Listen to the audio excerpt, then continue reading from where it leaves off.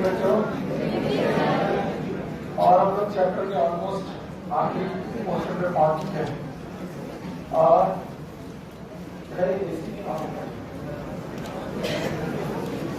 Okay, तो बात यहां तक थी कि भाई सेक्सुअल रिप्रोडक्शन के 3 इवेंट हैं। जब कभी भी हम लोग सेक्सुअल रिप्रोडक्शन की बात करेंगे, there are 3 events. One is known as pre fertilisation,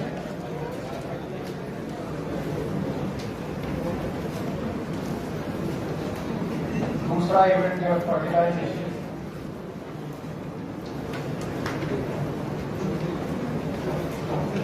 और तीसरा इवेंट है पोस्ट फर्टिलाइजेशन।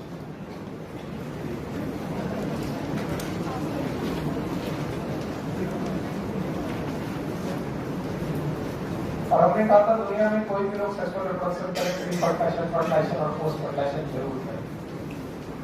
फिर हम लोगों ने देखा था कि प्री फर्टिलाइजेशन के 2 इवेंट थे, एक था गैमेटोजेनेसिस, गैमेट निर्माण, और दूसरा था गैमीट ट्रांसफर। शांत रहो बेटा, एकदम शांत।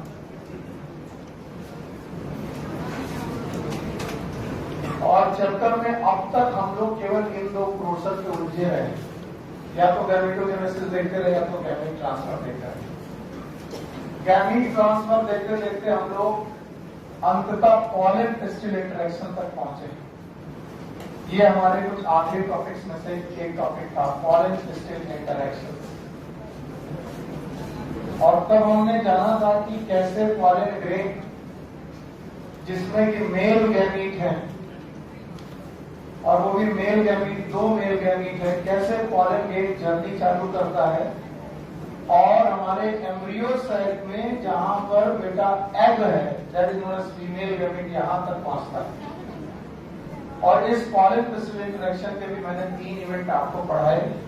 उनमें से मैंने पढ़ाया था हमारी टर्मिनेशन, ट्रांसमिशन और एंट्री। 2 तरीके की पढ़ाई मैंने, एक तो एंट्री इनटू ओव्यूल और दूसरा into embryo site. Embryo site में एंट्री बेटा हमेशा किसके पास होगी? ये टॉपिक हम लोग पढ़ चुके हैं। तो बेसिकली हम लोग प्री फर्टिलाइजेशन इवेंट को पढ़ चुके हैं। अब बचता है fertilization. Fertilization in angiosperm, it is known as double fertilization. ये हमारा टॉपिक होना चाहिए। अगर मैं एंजियोस्पर्म में फर्टिलाइजेशन की बात करूं तो फर्टिलाइजेशन का मतलब क्या है एंजियोस्पर्म में, उसको हम लोग एक शब्द से बोलते हैं, मतलब ये दोनों बातें बोलते हैं। Number 1 double fertilization. यानी फर्टिलाइजेशन एंजियोस्पर्म का अपने आप में एक बड़ा इवेंट है, और इस बड़े इवेंट को हम लोग डबल फर्टिलाइजेशन के नाम से जानते हैं। तो हम लोग क्या पढ़ चुके हैं? क्या पढ़ने जा रहे हैं? फर्टिलाइजेशन, जो कि एक्चुअली क्या है? आइए डबल फर्टिलाइजेशन की हेडिंग को आज हम लोग समझने की कोशिश करते हैं। So here is the term double fertilization.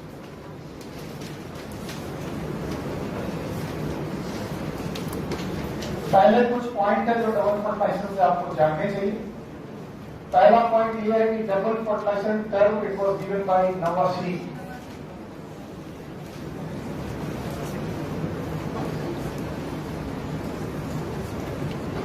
And it is very specific.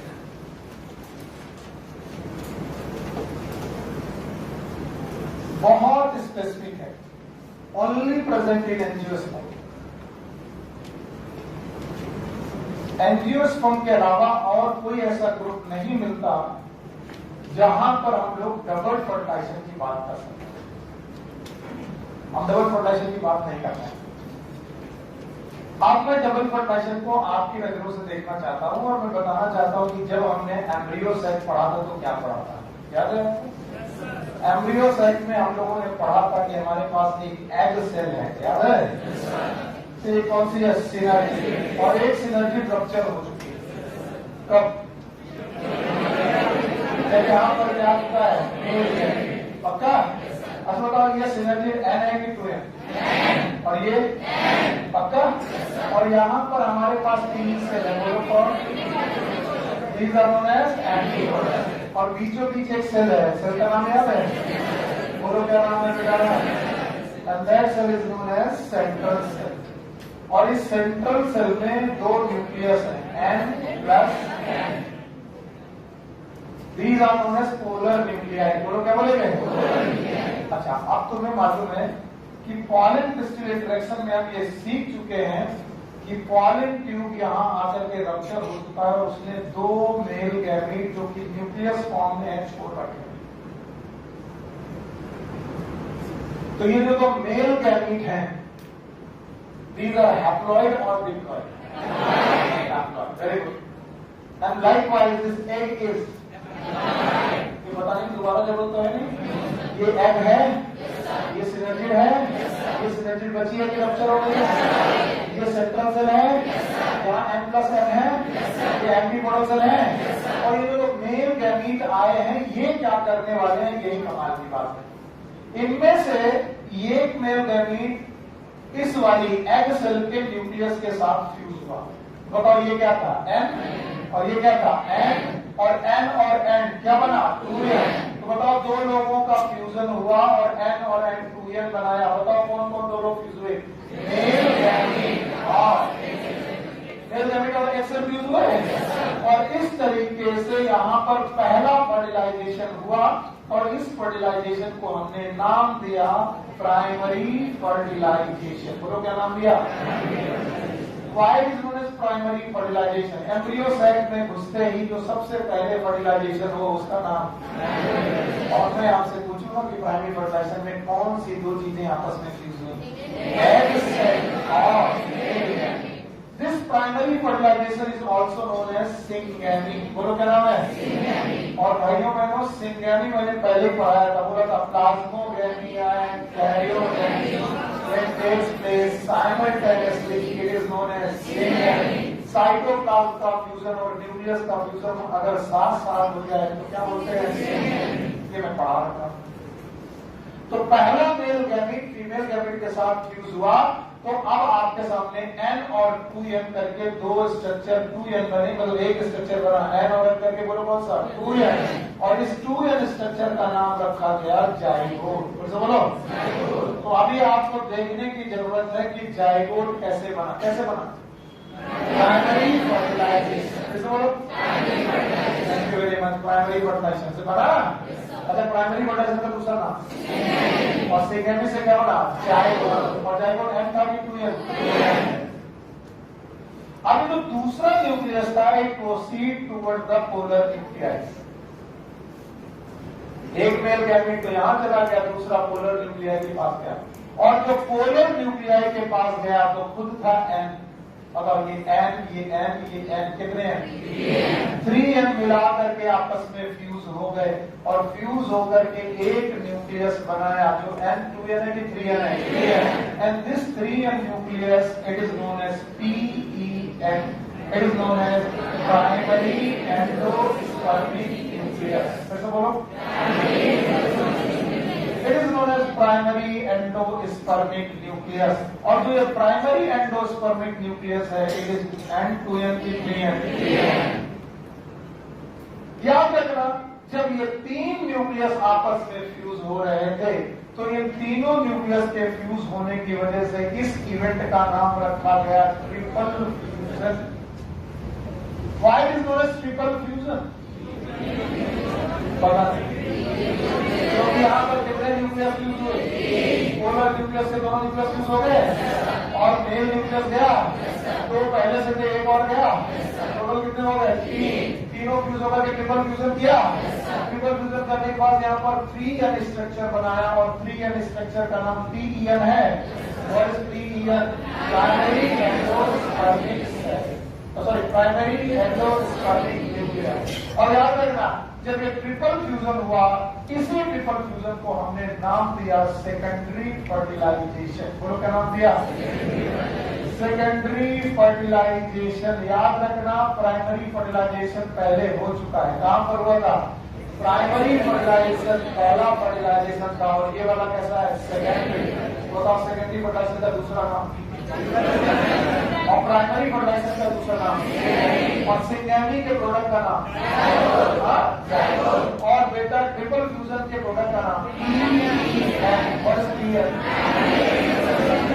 अब जो सेंट्रल सेल हुआ करती थी, कौन सेल? अब इनमें चेंज आया और सेंट्रल सेल ने अपना नाम रखा PEC। What is PEC? Primary endospermic cell. Primary endospermic cell, ये क्या? Primary endospermic. और जैसे ही फर्टिलाइजेशन खत्म हुआ, कितने फर्टिलाइजेशन हुए? दो। एक कौन? प्राइमरी फर्टिलाइजेशन, दूसरे कौन? सेकेंडरी। अब इस एम्ब्रियो सेल में कुछ चेंजेस चालू हुए। क्या चेंजेस चालू हुए? बहुत ध्यान सुनिएगा। पहला चेंजेस ये हुआ कि बची हुई सिनर्जिड गायब, बची हुई सिनर्जिड गायब, बची हुई एंटीपोडल सेल भी गायब। इसका मतलब है भाइयों बहनों, एंटीपोडल सेल बची की डीजनरेट, और जो 7 सेल थी उनमें से 3 सेल तो वो डीजनरेट हो गई और 2 सेल ये डीजनरेट हो गई। कौन कौन? बोलोगे नहीं? याद है? सॉरी, पहले बताओ, ऊपर वाली तीनों सेल बची की डीजनरेट, ये किसके वजह से हुआ? फर्टिलाइजेशन। और ये दोनों सिनर्जी गायब हो गई, ये भी डीजनरेट हो गई। अब बची एक सेल, नाम बताओ? जाइगोट। और बाकी बची हुई सेल जो बची है, that is known as primary endospermic cell. बोलो क्या नाम है? What is PEC? बोलो क्या? Primary endospermic cell. तो बताओ, आफ्टर फर्टिलाइजेशन, दोनों फर्टिलाइजेशन के बाद 7 सेल और 8 न्यूक्लियस वाला स्ट्रक्चर में कितनी सेल बची? 7 सेल, 2 सेल। एक कौन? प्राइमरी एंडोस्पर्मिक सेल, जिसका न्यूक्लियस प्राइमरी एंडोस्पर्मिक न्यूक्लियस, और दूसरा और जाइगोट के पास एन न्यूक्लियस की 2 एंड। तो बताओ, फर्टिलाइजेशन के बाद 7 सेल 8 न्यूक्लियस बचे कि 2 सेल 2 न्यूक्लियस, और दोनों के न्यूक्लियस एक जैसे कि अलग। बताओ, इसके न्यूक्लियस की प्रोबेबिलिटी क्या है? और इसके, और फर्टिलाइजेशन कितनी जगह हुआ? एक कौन? प्राइमरी फर्टिलाइजेशन और एक और सेकेंडरी। और प्राइमरी फर्टिलाइजेशन और सेकेंडरी फर्टिलाइजेशन को कंबाइंड रूप से क्या बोला गया? Y double. डबल मतलब जब एम्ब्रियो सैक में कितनी बार फर्टिलाइजेशन हो जाए, इसे क्या बोलेंगे? डबल। और डबल फर्टिलाइजेशन के प्रोडक्ट आपके सामने, क्या आप बता पाओगे? इससे बेहतर है अपने दिमाग में पहले 7 सेल और 8 न्यूक्लियस का एक एम्ब्रियो सेल बनाओ, अपने दिमाग में बनाओ। दिखाई पड़ रहा है? 3 एंटीपोडल सेल, 3 एगाप्लेटस की सेल, 1 सेंट्रल सेल। आप इनमें फर्टिलाइजेशन करने के लिए पॉलन ट्यूब पहुंचा है, पॉलन ट्यूब सिनर्जी में पहुंचा है। एक सिनर्जी में, दोनों में एक बस हुआ है। 2 मेल गैमेट पहुंचे, इन 2 मेल गैमेट का धीरे धीरे फर्टिलाइजेशन सीखो। पहला फर्टिलाइजेशन एग सेल से होगा। बताओ, N और N2N स्ट्रक्चर बनेगा। अगर N और 2N स्ट्रक्चर बनेगा, क्या बनाएगा? ये फर्टिलाइजेशन पहला है। दूसरा और क्या बना? सिंगेमी। प्राइमरी फर्टिलाइजेशन एक ही बात है, प्रोडक्ट का नाम जाइगोट, N2N। जैसे ही फर्टिलाइजेशन हुआ, बाकी बची सिनर्जी बची की डीजनरेट। पहले एक से डीजनरेट हो चुकी थी, दूसरी भी डीजनरेट हो गई, यानी एक ऑपरेटर्स की 3 सेल में 1 सेल बची, उसका नाम एक की जाइगोट। तो फर्टिलाइज है क्या? फर्टिलाइज। और एंटीपोडल सेल बची की गायब, डीजनरेट हो गई। अब बची सेंट्रल सेल। कौन सी? सेंट्रल सेल में हुआ है फर्टिलाइजेशन, प्राइमरी की सेकेंडरी। और सेकेंडरी फर्टिलाइजेशन में कितने न्यूक्लियस हैं? तीनों फ्यूज हो गए हैं, इसलिए इसका नाम क्या हुआ है? 2 पोलर न्यूक्लियाई और 1 मेल। तीनों फ्यूजन का नाम ट्रिपल फ्यूजन हुआ। सेल का नाम प्राइमरी एंडोस्पर्मिक सेल, न्यूक्लियस का नाम प्राइमरी एंडोस्पर्मिक न्यूक्लियस। 7 सेल और 8 न्यूक्लियस में आज कितनी सेल बची? और 2 न्यूक्लियस। इस फर्टिलाइजेशन का नाम सेकेंडरी फर्टिलाइजेशन। 3 लोग फ्यूज हुए तो ट्रिपल। इस फर्टिलाइजेशन का नाम प्राइमरी फर्टिलाइजेशन और इसका दूसरा नाम सेकेंडरी। एक बार में कितने फर्टिलाइजर? दोनों फर्टिलाइजर एक साथ हो रहे हैं, इसीलिए इसका नाम डबल फर्टिलाइजेशन गिवन बाय नाम। और ये कहीं और मिलेगा नहीं, केवल कहाँ मिलेगा? ऐसे ही मैंने कुछ स्पेसिफिक कैरेक्टर पढ़ाए थे, और तो पूछना बेकार है, आप बुरा मानते हो, लेकिन पूछना मेरा काम है। क्या मैंने आपको मैमल के कुछ स्पेसिफिक कैरेक्टर पढ़ाए थे और बताएगा क्या मेमोरी के अलावा कहीं और क्या आप रिवाइज कर रहे हैं? क्या मेमोरी ग्लैंड थी? एयर से आई था। अच्छा ये बताओ कितना था? कितना और कहीं वापस कैरोसन था? बताओ ब्रेक में वापस कैरोसन था और कहीं पर ये और बताओ क्या था? वो भी पैरस्ते की ऐसे ही जब मैं बोलूँ स्पेसिफिक मतलब और कहीं नहीं। बताओ डबल फर्टिलाइजेशन कैरेक्टर कहीं और होगा? आगे चल के बेटा मेरे बच्चे ये जाइगोट जो है वो बनाएगा एम्ब्रियो। बोलो क्या बनाएगा? अब मुझे जवाब दो, एम्ब्रियो इज मल्टीसेलुलर की यूनिसेलुलर? जवाब नहीं। और जाइगोट क्या मैंने एम्ब्रियोजेनेसिस डेफिनेशन पढ़ाई थी? Formation of multicellular embryo from unicellular zygote involving cell division and cell differentiation. बहुत कम लोगों की आवाजें आती है। और सेल डिवीजन मियोसिस की माइटोसिस।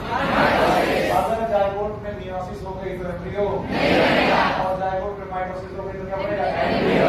जाइगोट आगे चल के क्या बनाएगा? एम्ब्रियो। और भाइयों बहनों ट्रिपल फ्यूजन से बनने वाले प्रोडक्ट हैं दो, एक और PEC और एक और ये आगे चल के बनाएंगे एंजियोस्पर्म। क्या बनाएंगे? और इसीलिए एंजियोस्पर्म का एंडोस्पर्म N2N की 3N। अब पूछने का मन तो करेगा ही, क्या मैंने जिम्नोस्पर्म पढ़ाया था? जिम्नोस्पर्म में भी सीड के अंदर एंडोस्पर्म बना था। वो डिप्लॉइड का हैप्लॉइड। यस, जिम्नोस्पर्म का एंडोस्पर्म वाज हैप्लॉइड और यहाँ पर तो याद रखना ट्रिप्लॉइड होने का कारण क्या है? So it was a triple fusion which create 3 nucleus condition and that condition give you the diploidy or triploidy and that's why endosperm is N2N 3N। अच्छा आप एक चीज बताओ, ये तो फर्टिलाइजेशन हो गया। एम्ब्रियो बनना फर्टिलाइजेशन के साथ है कि बाद में? और एंडोस्पर्म बनना भी बाद में। तो बताओ प्री फर्टिलाइजेशन, फर्टिलाइजेशन और पोस्ट फर्टिलाइजेशन के दो यूनिट बता पाओगे? नंबर 1 और दूसरा नहीं आया। तो क्या डबल फर्टिलाइजेशन में कोई भी ऐसी बात है जो आपको लगता है कि नहीं समझ में आ गई? डबल फर्टिलाइजेशन ने 7 से 8 न्यूक्लियस वाले एम्ब्रियो सेल को 7 से 8 न्यूक्लियस में छोड़ा कि 2 से? एक का नाम जाइगोट और एक का नाम PEC 1PC न्यूक्लियस का नाम। This was a fertilization in angiosperm. Angiosperm के केस में यही एक फर्टिलाइजेशन था जो मुझे सिखाना था। ठीक है, वैसे ज्यादातर तो न्यूमेरिकल्स, फिजिक्स और केमिस्ट्री की बातें हैं, लेकिन बायो में भी कई बार एक दो क्वेश्चन बनते हैं जो आपको न्यूमेरिकल लगते हैं, जिनमें कैलकुलेशंस लगते हैं। तो बायोलॉजी के एक क्वेश्चन में ऐसा ही एक क्वेश्चन है। बाकी जिन्हें आता है वो शांत रहेंगे, बाकी जिन्हें नहीं आता वो ट्राई करके मुझे जवाब देने की कोशिश करेंगे। इसे मिटा रहा हूं मैं ये मानते हुए कि आपको आ गया। डबल फर्टिलाइजेशन और नहीं होगा? होगा? डबल फर्टिलाइजेशन का मतलब एक का नाम प्राइमरी, दूसरे का नाम बार बार बोल रहा हूँ, प्राइमरी और प्राइमरी का नाम सेकेंडरी का नाम ट्रिपल फ्यूजन, सेकेंडरी के प्रोडक्ट का नाम जाइगोट और triple fusion very good. Triple fusion के प्रोडक्ट का नाम आपको मालूम है क्या? PEN और PEC। द क्वेश्चन इज, सब लोग नोट डाउन करेंगे और क्वेश्चन का जवाब निकालने की कोशिश करेंगे। If the male pad plant in angiosperm is diploid,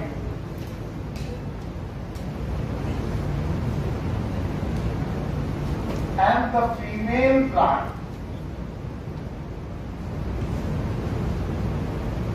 is tetraploid, then what will be the ploidy of endosperm by this pollination and fertilization? अगर मेल डिप्लॉइड है और फीमेल बेटा प्लांट 4n है, तो what will the ploidy of endosperm of this pollination and fertilization. इस तरीके के ये मेल और फीमेल आपस में पॉलिनेशन फर्टिलाइजेशन करें तो क्या क्वालिटी होगी? यस यस, क्या क्या आंसर है? 4 है कि 5 है?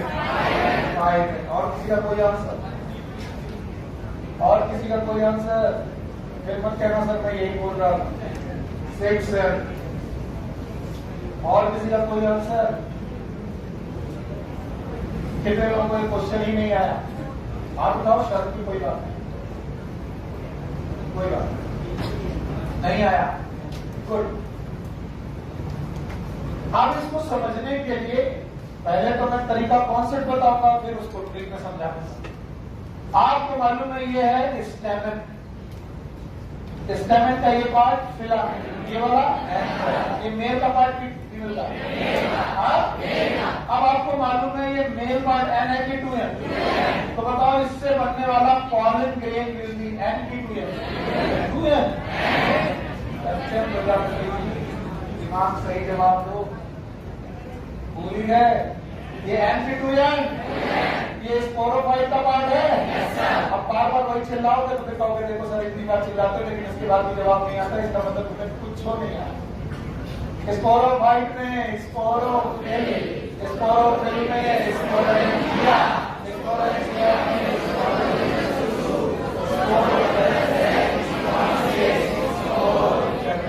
मियोसिस के बाद बने एंटीक्लियर। मैं ऐसे ही साइको नहीं हो गया, मुझे पूरा विश्वास है कि मेरे 10 बार बताने के बाद भी आप गलत करते हैं। And it's a proof. और ये कहानी कम से कम मैंने 50 बार सुनाई हो। स्पोरोफाइट स्पोरोफिल, तुम लोग का दिमाग खराब है, किसके पास एक ही डायलॉग बचा है, स्पोरोफाइट स्पोरोफिल। और अगर ये भाई साहब एन है तो इनके मेल गैमीट भी एन की 2n। तो बताओ पॉलन ट्यूब में चलने वाले मेल गैमीट भी कितना सीख है? सीख है? आप बताओ। ये रही स्टिग्मा, स्टाइल और ओवरी। अब बेटा ये है मेल पार्ट की फीमेल। फीमेल एन है कि 4n?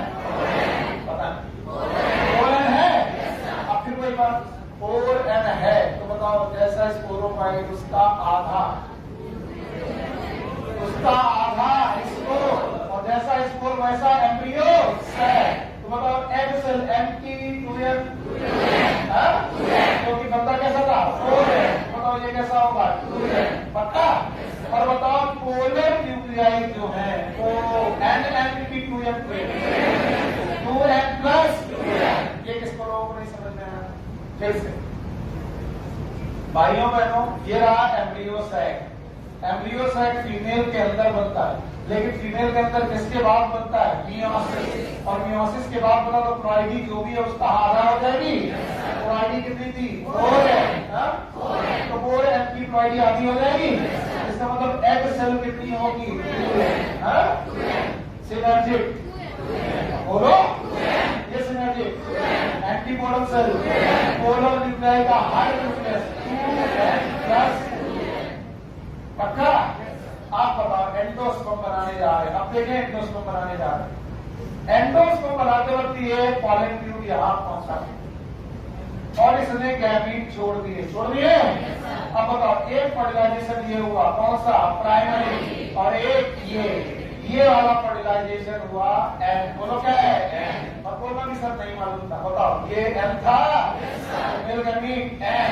तो बताओ पहुंचने वाला गैमीट एन। तो आप बताओ 2n एन। तो बताओ PEN क्या बना? 5n। बोलो। तो बताओ एंडोस्पर्म इसी से बनेगा, और अगर एंडोस्पर्म इसी से बनेगा तो क्या होगा? 5n। आंसर क्या होगा? इतना तो एग्जाम में टाइम मिला नहीं। इतना तो तुम करते रहे तो तुम्हारा एक क्वेश्चन गया, और बायोलॉजी में इतना टाइम लगाना बिल्कुल ठीक। सो याद रखना है फीमेल की जो भी प्लॉइडी है वो उसके पोलर न्यूक्लियाई में झलकती है। बताओ फीमेल की प्लॉइडी क्या था? और ये क्या था? 2n plus. इसका मतलब है अगर तुम्हें एंडोस्पर्म की प्लॉइडी चाहिए, एंडोस्पर्म की अगर आपको प्लॉइडी चाहिए, ये ट्रिक है, चाहे वो दो फार्मूला, आप लोग फार्मूला बहुत रखता मानते हो ना, तो एंडोस्पर्म की प्लॉइडी बराबर ploidy of female ploidy of female plant plus half of the ploidy of male plant. बस इन्हें जोड़ दो, एक बार में आ जाएगा। ये है फॉर्मूला, करके देखो। बताओ हमें एंडोस्पर्म की प्लॉइडी चाहिए? बताओ प्लॉइडी ऑफ फीमेल प्लांट कितनी है? 4 है, उसको एज इट इज रखो, plus half of the ploidy of male plant. Male plant कितना था? 2, इसका हाफ क्या हुआ? बराबर 5। अभी भी नहीं आया? आया क्यों? क्योंकि बेटा पोलर इम्प्लॉय में वही प्लॉइडी झलकेगी जो फीमेल की प्लॉइडी है। n+n होगा, अगर 2n होगा तो n+n, 4n होगा तो 2n+2n, 6n होगा तो 3n+3n। और मेल अपनी हाफ प्लॉइडी के साथ मान देगा। तो बताओ यहां पर 2n+2n+n, it is known as 5n। चलिए इसी क्वेश्चन को उल्टा कर देते हैं। करो, if the female plant is 2n and the male plant is 4n, what is the ploidy?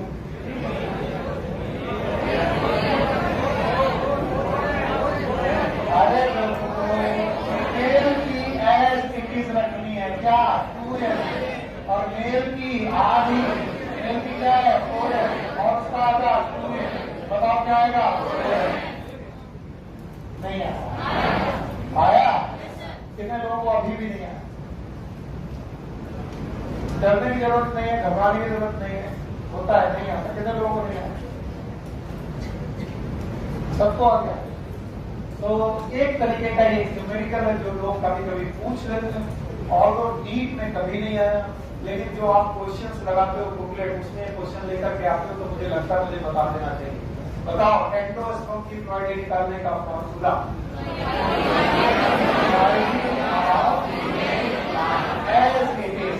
Plus half of the ploidy of male. क्या ये एंडोस्पर्म हो जाएगा? सही हो जाएगा?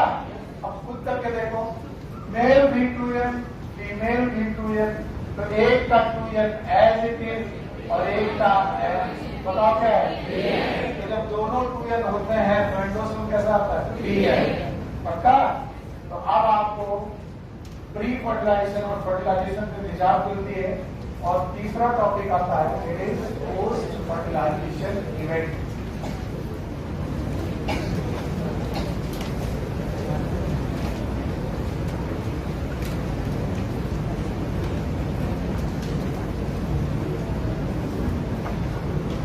These are known as post fertilization events। Fertilization के बाद होने वाले इवेंट्स, और इनमें से 2 इवेंट हैं जो फर्टिलाइजेशन के बाद होने हैं। एक है एम्ब्रियो फॉर्मेशन,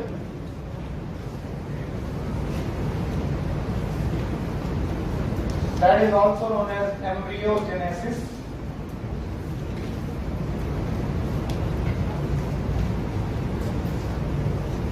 और दूसरा है एंडोस्पर्म फॉर्मेशन।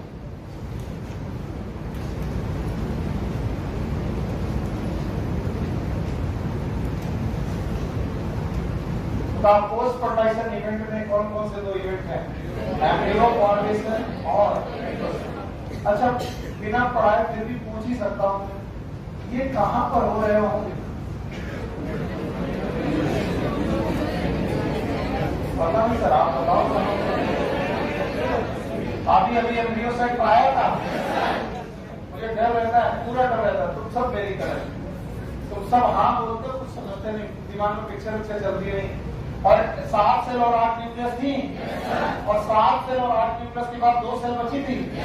एक सेल का नाम बताओ क्या था? जाइगोट, एंटीक्लियर। और एक का नाम देखा क्या था? PEC और PEN। व्हाट इज एंटीक्लियर की 3? तो बताओ यहाँ पर ये कौन है? और ये कौन?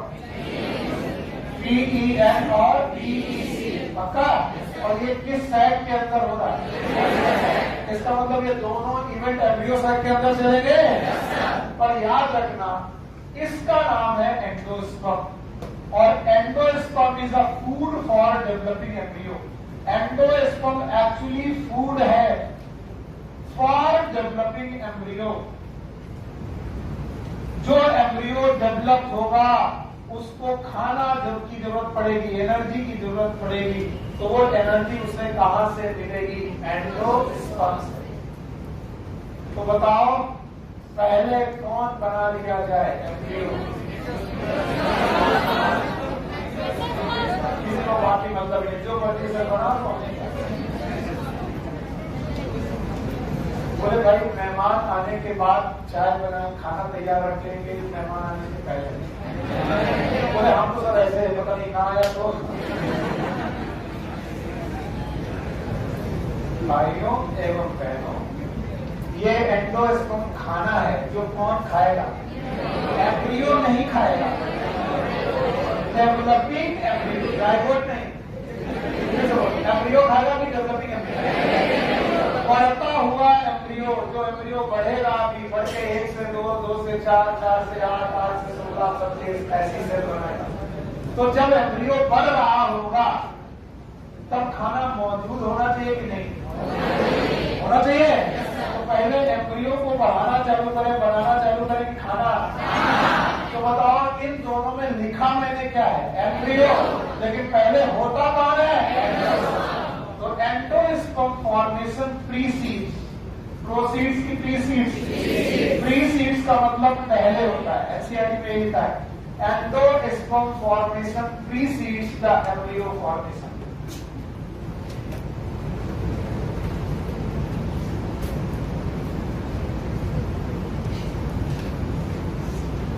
तो एम्ब्रियो बनने के लिए खाने की जरूरत है और खाना है एंडोस्पर्म। तो पहले एम्ब्रियो बनेगा कि पहले खाना बन जाएगा? कौन सा खाना? तो एंडोस्पर्म नाम का खाना बन जाएगा और इसको खाएगा कौन? एम्ब्रियो। तो which event will take place first? पक्का? तो पहले एंडोस्पर्म बनेगा फिर क्या बनेगा? और सौभाग्य की बात कर लो या दुर्भाग्य की बात कर लो, आज ही हम लोगों ने सीड और फ्रूट को खत्म किया है। तो क्या हम लोग इस टॉपिक से बच सकते हैं? नहीं सर। तो रिवाइज करोगे पूरा पढ़ो, पूरा पढ़ो।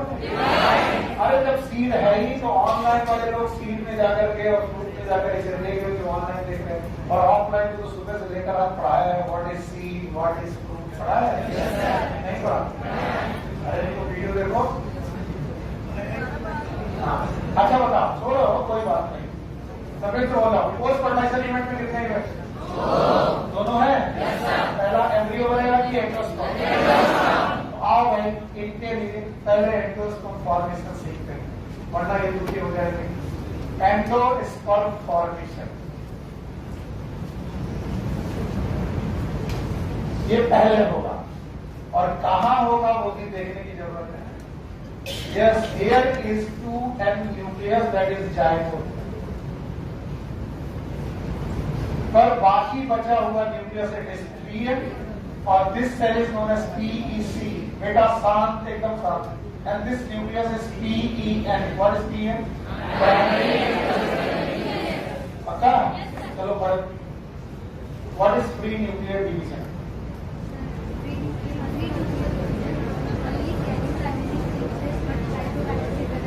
Very good. क्या होगा? कैरियोकाइनेसिस। क्या नहीं होगा? अगर केवल कौन डिवाइड करे? क्या डिवाइड ना करे? सेल। तो ऐसे डिवीजन का नाम प्री न्यूक्लियर डिवीजन। कैरियोकाइनेसिस हो जाए, क्या हो जाए? और क्या ना हो? तो होता यूं है कि जाइगोट एक कोशिका है, PEC भी एक कोशिका है, PEN भी एक न्यूक्लियस है, लेकिन PEN में चालू हो जाते हैं प्री न्यूक्लियर डिवीजन। अभी जाइगोट को मैं नहीं छेड़ रहा हूं, ये रहा जाइगोट को, लेकिन PEN डिवाइड होने लगता है और डिवाइड होकर के केवल न्यूक्लियस डिवाइड होने लगता है और डिवाइड होकर के 1000 ऑफ न्यूक्लियस बना देता है, हजारों न्यूक्लियस बना देता है। और इस तरीके से बने हुए हजारों न्यूक्लियस किस प्रोसेस से बन रहे हैं? बताओ किस प्रोसेस बन रहे हैं? Pre nuclear division. Pre nuclear division. लोगों ने कहा कि सर आपने ड्रॉप बना दी, मैं समझ नहीं पाया। देखो, कई बार डिजिटल बोर्ड के कुछ फायदे भी हैं और कुछ नुकसान भी। मैं पहले एक न्यूक्लियर काट के 2 दिखाता, फिर 2 से 4 दिखाता, 4 से 8 दिखाता, जहां गलत होता मिटा देता, यहाँ मिटाने जाऊंगा मिटेगा ही नहीं, मिटेगा।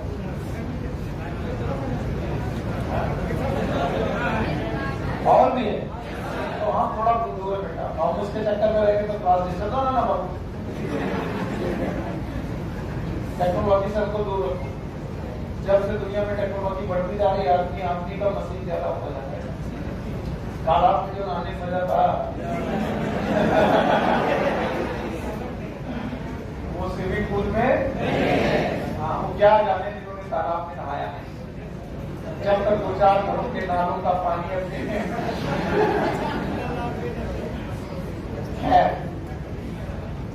है बेटा, एवरीथिंग इज फाइन। दुनिया में हर एक चीज अच्छी है। हमें लगता है ये अच्छा क्योंकि हमारे बचपन की यादें इसमें, उन्हें लगता है वो अच्छा क्योंकि उनकी बचपन की यादें उसमें। उनको तो यहाँ भेजो, बोले कितने का नहीं है लोग।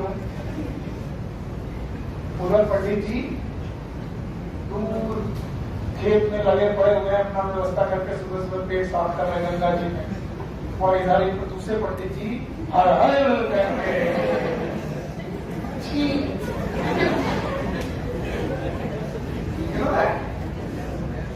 अपना कमंडल में गंगा जल भरना है और देवी को भी चढ़ा रहे हैं। ये सब श्रद्धा है। अगर श्रद्धा है तो एवरीथिंग इज फाइन। श्रद्धा है तो तालाब में कूद जाओगे, कोई दिक्कत नहीं। और नहीं है तो फिर स्विमिंग पूल में भी लगेगा किसी में।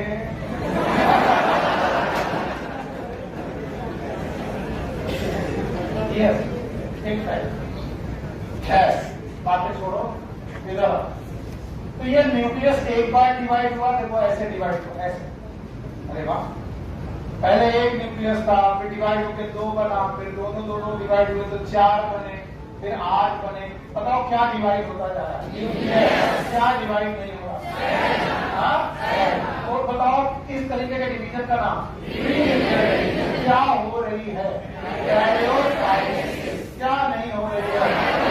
और इस तरीके से यहाँ पर फ्री न्यूक्लियर बन रहा है। 1000 of free nuclei, 1000 of free nuclei, हजारों फ्री न्यूक्लियाई बन चुके हैं। और इस समय पर इन फ्री न्यूक्लियाई के चारों तरफ फूड स्टोर होने लगा है। And now this endosperm is known as free nuclear endosperm. बोलो क्या नाम है? It is known as free nuclear endosperm. लगभग सारे एंडोस्पर्म के फॉर्मेशन के दौरान ये फ्री न्यूक्लियर एंडोस्पर्म वाली स्टेज आती है। और ऐसा endosperm it is a liquid in nature. कैसे नेचर का होता है? वो बोलते हैं फ्री न्यूक्लियर एंडोस्पर्म वैसे तो बचता ही नहीं है, लेकिन नेचर भी क्या गजब चीज है। उसने हमें फ्री न्यूक्लियर एंडोस्पर्म के दर्शन कराए। बोले जाओ और कोकोनट वाटर को पियो। जो कोकोनट वाटर है, actually coconut water is water और एंडोस्पर्म। और कैसा एंडोस्पर्म है? Free nuclear endosperm. कैसा एंडोस्पर्म? फ्री न्यूक्लियर एंडोस्पर्म है। अच्छा, कल मैंने फ्रूट पढ़ाया था। अच्छा बताओ, फ्रूट क्या होता है? एपिकार्प होता है, 3 लेयर होती है। एपिकार्प मीसोकार्प। आपने कोकोनट देखा था? एपिकार्प निकाली थी, मीसोकार्प निकाली थी, एंडोकार्प हार थी और उसको भगवान के यहाँ पर तोड़ा था। अगर एंडोकार्प के अंदर क्या होना चाहिए? सीड। तो बताओ, नारियल फोड़ने के बाद एंडोकार्प के अंदर से जो पानी निकलता है वो किसका पार्ट बनता है? सीड का। और सीड का पार्ट क्या है? एंडोस्पर्म। किसी ने कल मुझसे पूछा सर नारियल में खाते क्या? फ्रूट खाते हैं किसी part of seed, that is endosperm. नहीं आया? अगर मैं बोलूं the truth in which we eat mesocarp of the fruit, and the true fruit in which we eat the seed of the fruit. दोनों ट्रूथ हैं, लेकिन एक का क्या खाना है? mesocarp, और एक का क्या खाना है? Endocarp, that is endosperm. आप सुनो,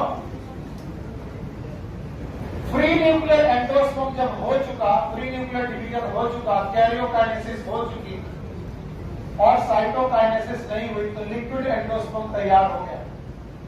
आज इस लिक्विड एंडोस्पर्म का नाम है, इसका एग्जांपल है कोकोनट वाटर। आज इस फ्री न्यूक्लियर एंडोस्पर्म के चारों तरफ बनने लगी सेल्स, धीरे धीरे सेल्स बनना चालू हो गई। सेल बनना चालू हो गई तो बताओ कैरियोकाइनेसिस के बाद क्या होना चालू हो गया? साइटोकाइनेसिस। बोलो क्या?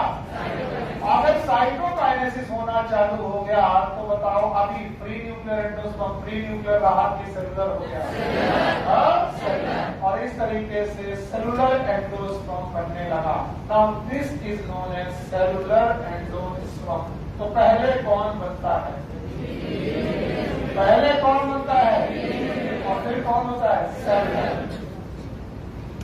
सेलुलर एंडोस्पर्म का कोकोनट में एग्जांपल है coconut kernel, kernel of coconut. अब आप बोलोगे सर कोकोनट कर्नेल क्या होता है? कच्चा नारियल खाया है? कच्चा नारियल खाया है? वो जो कच्चा नारियल है वो कोकोनट कर्नेल है। क्या बेटा? Coconut kernel. क्या वो भी एंडोस्पर्म है? और बताओ ऐसा एंडोस्पर्म इज लिक्विड एंडोस्पर्म की सॉलिड? देखो भाई, तुम सुनो ना सुनो, मेरा काम है बताना। अगर मैं इस नारियल को पकने दूं तो बताओ इसमें पानी बचेगा कि नहीं? तो क्या पानी इवेपोरेट हो जाएगा?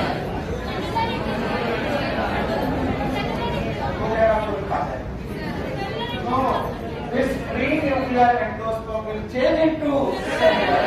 इसका मतलब आगे चल के फ्री न्यूक्लियर बचेगा कि सेलुलर? सेलुलर।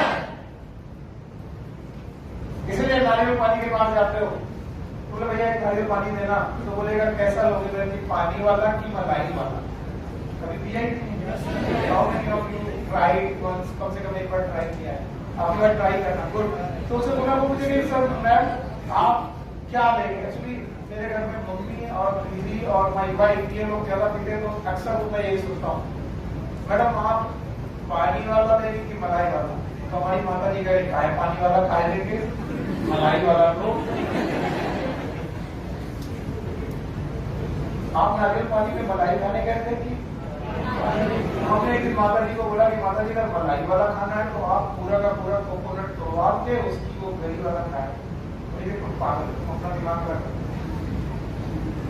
पर सच बात ये है कि ये पूरा पानी एक दिन किसमें कन्वर्ट होगा? Solid endosperm. इसमें नारियल को पकने दिया जाए उसमें पानी बचेगा कि नहीं बचेगा? नहीं बचेगा, इवेपोरेट हो जाएगा। इवेपोरेट नहीं होगा, क्या होगा? Free nuclear endosperm will convert into पक्का। ऑल्दो एनसीईआरटी नहीं बोलती, लेकिन हम लोगों ने पढ़ा है इनके बीच में भी एक अवस्था आती है जब ना पूरी तरीके से लिक्विड है ना पूरी तरीके से सॉलिड है। That is known as helobial endosperm. That is actually मलाई वाला कोकोनट, हेलोडियल एंडोस्पर्म। तो बताओ पहला एंडोस्पर्म फ्री न्यूक्लियर, फिर बीच में हेलोडियल और फिर कौन? तो बताओ पहले क्या हुई? बोलो। जब तक कैरियोकाइनेसिस होती रही क्या बनते रहे? हजारों न्यूक्लियाई बने। ऐसे एंडोस्पर्म का नाम फ्री न्यूक्लियर एंडोस्पर्म। एग्जांपल, फिर बाद में यही बेटा कोकोनट कर्नेल में चेंज हुए, कच्चे नारियल में चेंज हुए।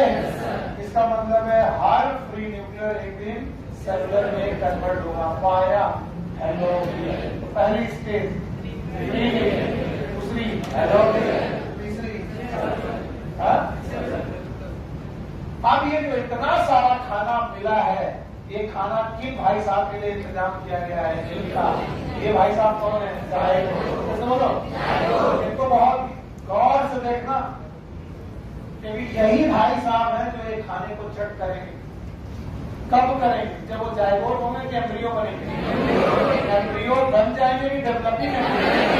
तो जब ये डेवलप होने लगेंगे तब इसे खाने। अच्छा भाई, होता क्या है कि इस एंडोस्पर्म को एम्ब्रियो खाता रहता है। अगर endosperm is totally consumed by the embryo, totally consumed by the embryo.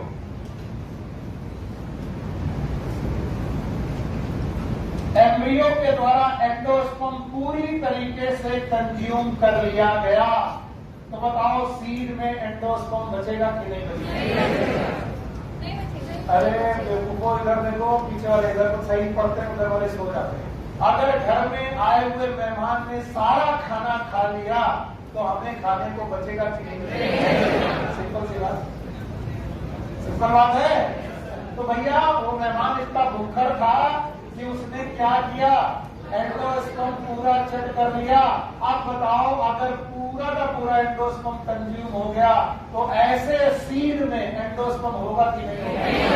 ऐसे सीड क्या कहलाएंगे? Endospermic seed. बोलो क्या नाम है? Non endospermic seed. And these are also known as, आज नाम बताया था, they are also known as X albuminous seed, X albuminous seed। बस इनका एग्जाम्पल आज नहीं बताया तो आप सुन लो। फैमिली फैबेसी, कौन सी फैमिली? पूरी की पूरी X albuminous है। कैसी है? X। और फैमिली फैबेसी में टोपी वाले बोलो पी ग्राम, याद है? सोयाबीन, ये सब इट इज एल्बुमिनस की एक्स एल्बुमिनस? एंडोस्पर्मिक की नॉन एंडोस्पर्मिक? Non endospermic. और बच्चों इधर लिख रहा हूं, if endosperm not consumed by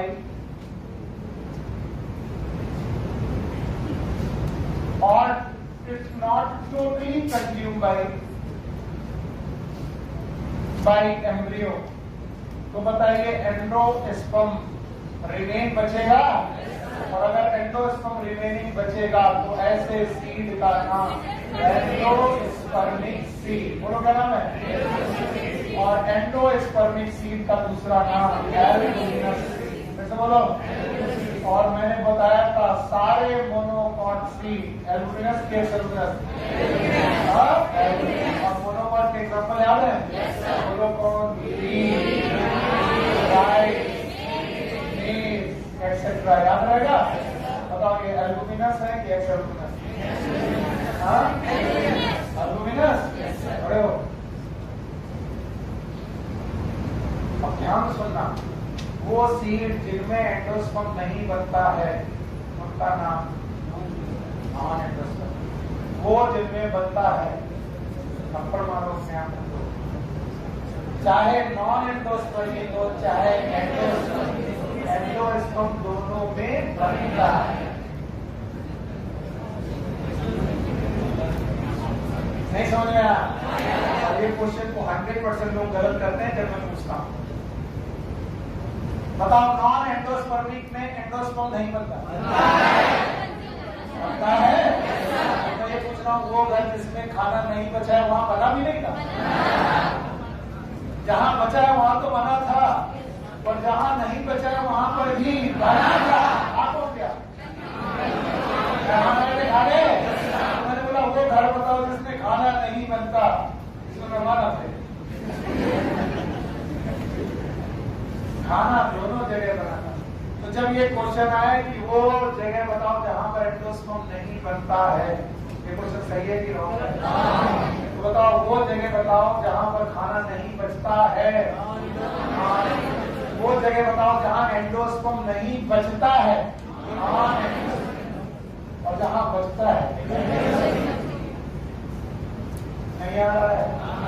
आ रहा है? पक्का आ रहा है?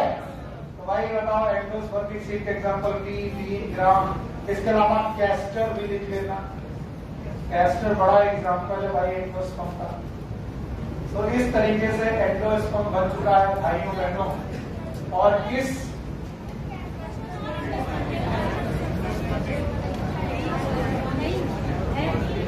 Castor non endosperm, castor non endosperm, कौन सा है? लिखा है? कहाँ लिखा है?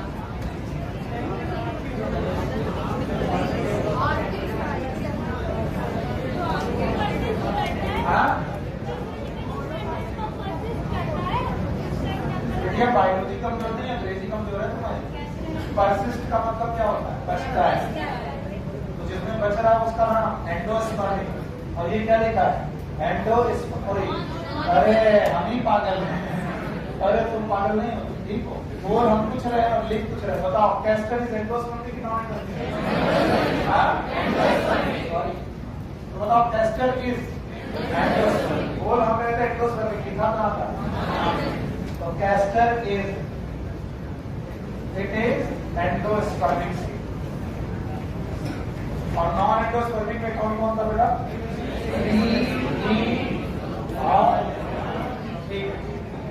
अब इस डायग्राम को अच्छे से देखो, बहुत अच्छे से देखो इस डायग्राम, क्योंकि इस डायग्राम के चारों तरफ मैं कुछ बनाने वाला हूं और फिर मैं आपसे पूछूंगा कि मैं क्या करने जा रहा हूं।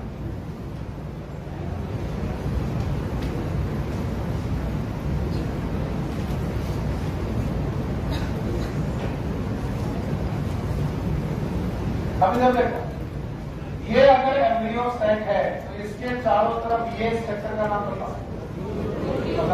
बोलो, आउटर अटैचमेंट और इनर अटैचमेंट हो गया? यस हो गो? अब देखना, ये एम्ब्रियो सेट है तो बताओ एम्ब्रियो सेट के जाइगोट किस रीजन पे होता है? माइक्रोपाइलर की सेलेर? इसका मतलब जाइगोट महोदय जो है ये एम्ब्रियो में बनने वाले हैं।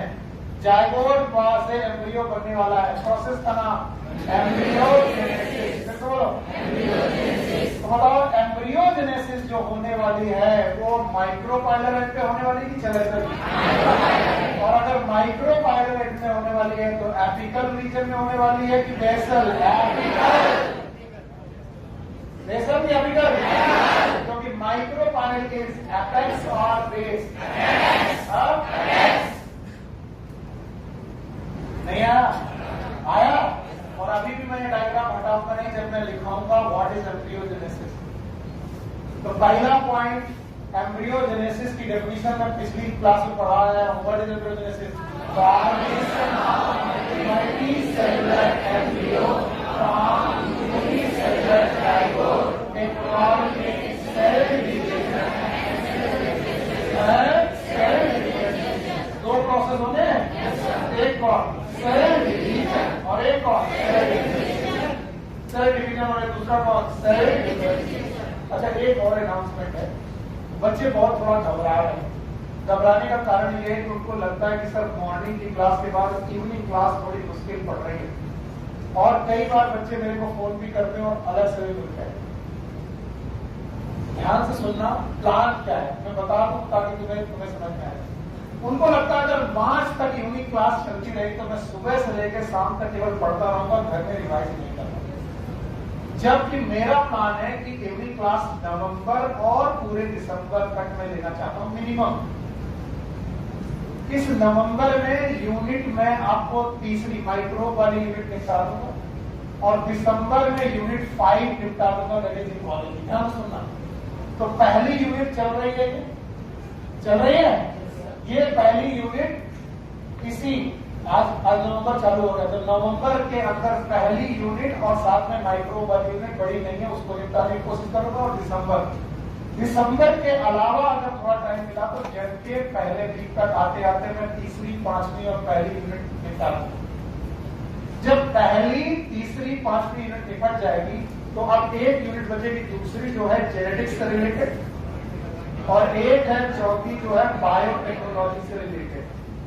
ये जेनेटिक्स और बायोटेक्नोलॉजी को मैं एक साथ डील करूंगा। तब तक जब तक मैं ये 3 यूनिट यहां निपटा चुका होगा, सोचो जरा 3 ही यूनिट या फिर 3.5 या 4 यूनिट में एनसीईआरटी मंथ की निपटा चुका होगा, मैं प्लांट फिजियोलॉजी में होगा। किसमें होगा? तो प्लांट फिजियोलॉजी में अगर चल रहा होगा तो प्लांट फिजियोलॉजी जनवरी तक आते आते कंप्लीट हो रही होगी। अब बचेगा फेब, मार्च। फेब और मार्च में मेरे पास करने के लिए केवल 2 चीजें होंगी। एक महीना होगा पूरा फरवरी भर जब हम एनिमल फिजियोलॉजी पढ़ेंगे, शाम की क्लास बंद कर देंगे। तब आप फरवरी मार्च में खूब रिवीजन करिए घर में बैठ के शाम को, और एनिमल फिजियोलॉजी करेंगे फरवरी भर, और मार्च भर में हम लोग जेनेटिक्स और बायोटेक्नोलॉजी। समझ गए? तो मार्च और मार्च के बाद अप्रैल के पहले वीक तक आते आते, और इसका मतलब है तुम्हें केवल जनवरी तक साल की क्लास चाहिए। और अगर ये लीड मैंने नहीं ली तो इसी जनवरी में आकर के तुमको मेरे को विश्वास खत्म हो जाएगा कि अब इससे कोर्स नहीं होगा। जैसे टीचर अपने बच्चों को जानता है, बच्चे भी अपने टीचर को जान जाते हैं कि कैसे होने वाला। सो प्लीज मेरे साथ कंधे से कंधा मिलाकर जनवरी तक तो पहले वीक तक चलिए। क्यों? क्योंकि मैं समय दूंगा रिवीजन का, और जब मैं समय रिवीजन का दूंगा आपको तो बहुत इजी दूंगा कि खूब रिवीजन करो, खूब अच्छा करो, खूब पढ़ाई करो। और अगर हमने मार्च और अप्रैल के पहले वीक में खत्म कर दिया तो ये तो 12 महीने में ना खत्म होने वाला कोर्स भी हम लोगों ने 5 महीने में 6 महीने में खत्म कर दिया। और मार्च के बाद लेकर जब तक मई, ऐसा माना जा रहा 2 मई को एग्जाम होगा जो कि टलेगा, 2 मई तो नहीं होगा, 15-20 दिन उधर जाएगा। हाँ, बोर्ड भी करने वाले हैं। तो ये एग्जाम अगर 20 तक गया, 20 मई तक गया, तो अपने पास मार्च से लेकर मई तक केवल रिवीजन करने का है। और रिवीजन जैसे मैं चाहूंगा वैसे कराऊंगा। क्या आप लोगों ने इस बार ट्राई किए थे वो रिवीजन जो मैंने YouTube में डाले थे? बस मुझे बोलना है, आपको बैठना है, क्वेश्चन लगाना है, पेपर लगाना है, क्वेश्चन लगाना है। तो प्लीज अगर मैं मेहनत करने के लिए तैयार हूँ, आप पीछे मत हटिए, वरना कोर्स पूरा नहीं होगा। मैं पहले से बोल रहा हूँ, तैयार हो? घबराओ मत सर, कब तक चलता रहेगा? अरे अभी चल रहा है, कब खत्म हो जाएगा? मे बी दिसंबर या फिर जनवरी का पहला सप्ताह। Got my point? और ये बहुत फिक्स है, तरीका सही है। अगर ये कर गए तो, अगर इसमें सफल हो गए, नहीं सफल हो पाए तो गड़बड़ हो। और इस दौरान ऐसा सुनने में आ रहा है कि मे बी दोबारा लॉकडाउन वापस आ जाए, जैसे कि फ्रांस में लॉकडाउन वापस लगा दिया है, इटली में प्लान कर रहे हैं, इटली में प्लान कर रहे हैं दोबारा लॉकडाउन। दिल्ली में केसेस बढ़ रहे हैं, तो दिल्ली हो सकता है कि अगली बार प्लान करें। और अगर दिल्ली में लगा गुरु तो भी सब सत्यानाश होना है। तो पहले लॉकडाउन के पहले अगर जनवरी तक आते आते लॉकडाउन लगे, तब तक हम कितनी यूनिट कर चुके हों? 4 और 3 7, बची कितनी?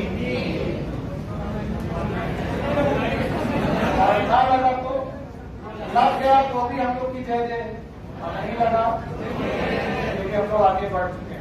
तो बताओ अभी इस टाइम को वेस्ट करना है? और अगर लॉकडाउन लग गया तो घर ही में बैठे बैठे सारा निकल जाएगा कि पहले सर ने 3 महीना बुलाया और अगले 3 महीना आराम करना है। तो क्या चाहते हो? तो कीजी पढ़ाए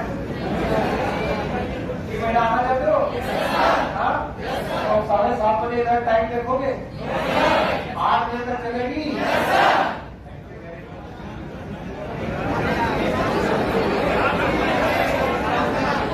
8 बजे तक किसी को प्रॉब्लम है? कौन बहुत दूर से आता है? कहाँ से आता है? अरे तुमको कौन छेड़ेगा यार?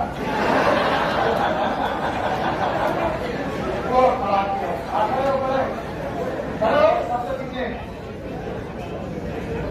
दोनों खड़े हो। कहाँ से आते हो? हाँ?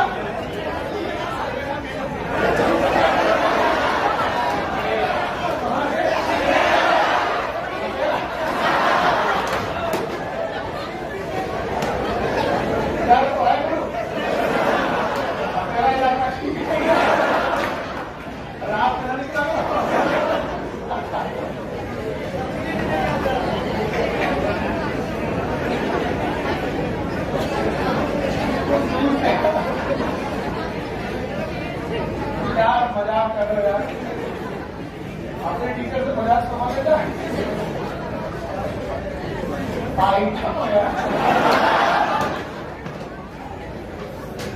चलो छोड़ो, सर मैं बहुत दूर से आता हूँ। सपेड़ा पुड़िया आप जो लोग ऑनलाइन हो उनको लग रहा होगा काका से तो सपेड़ा पुड़िया कम से कम 25 किलोमीटर।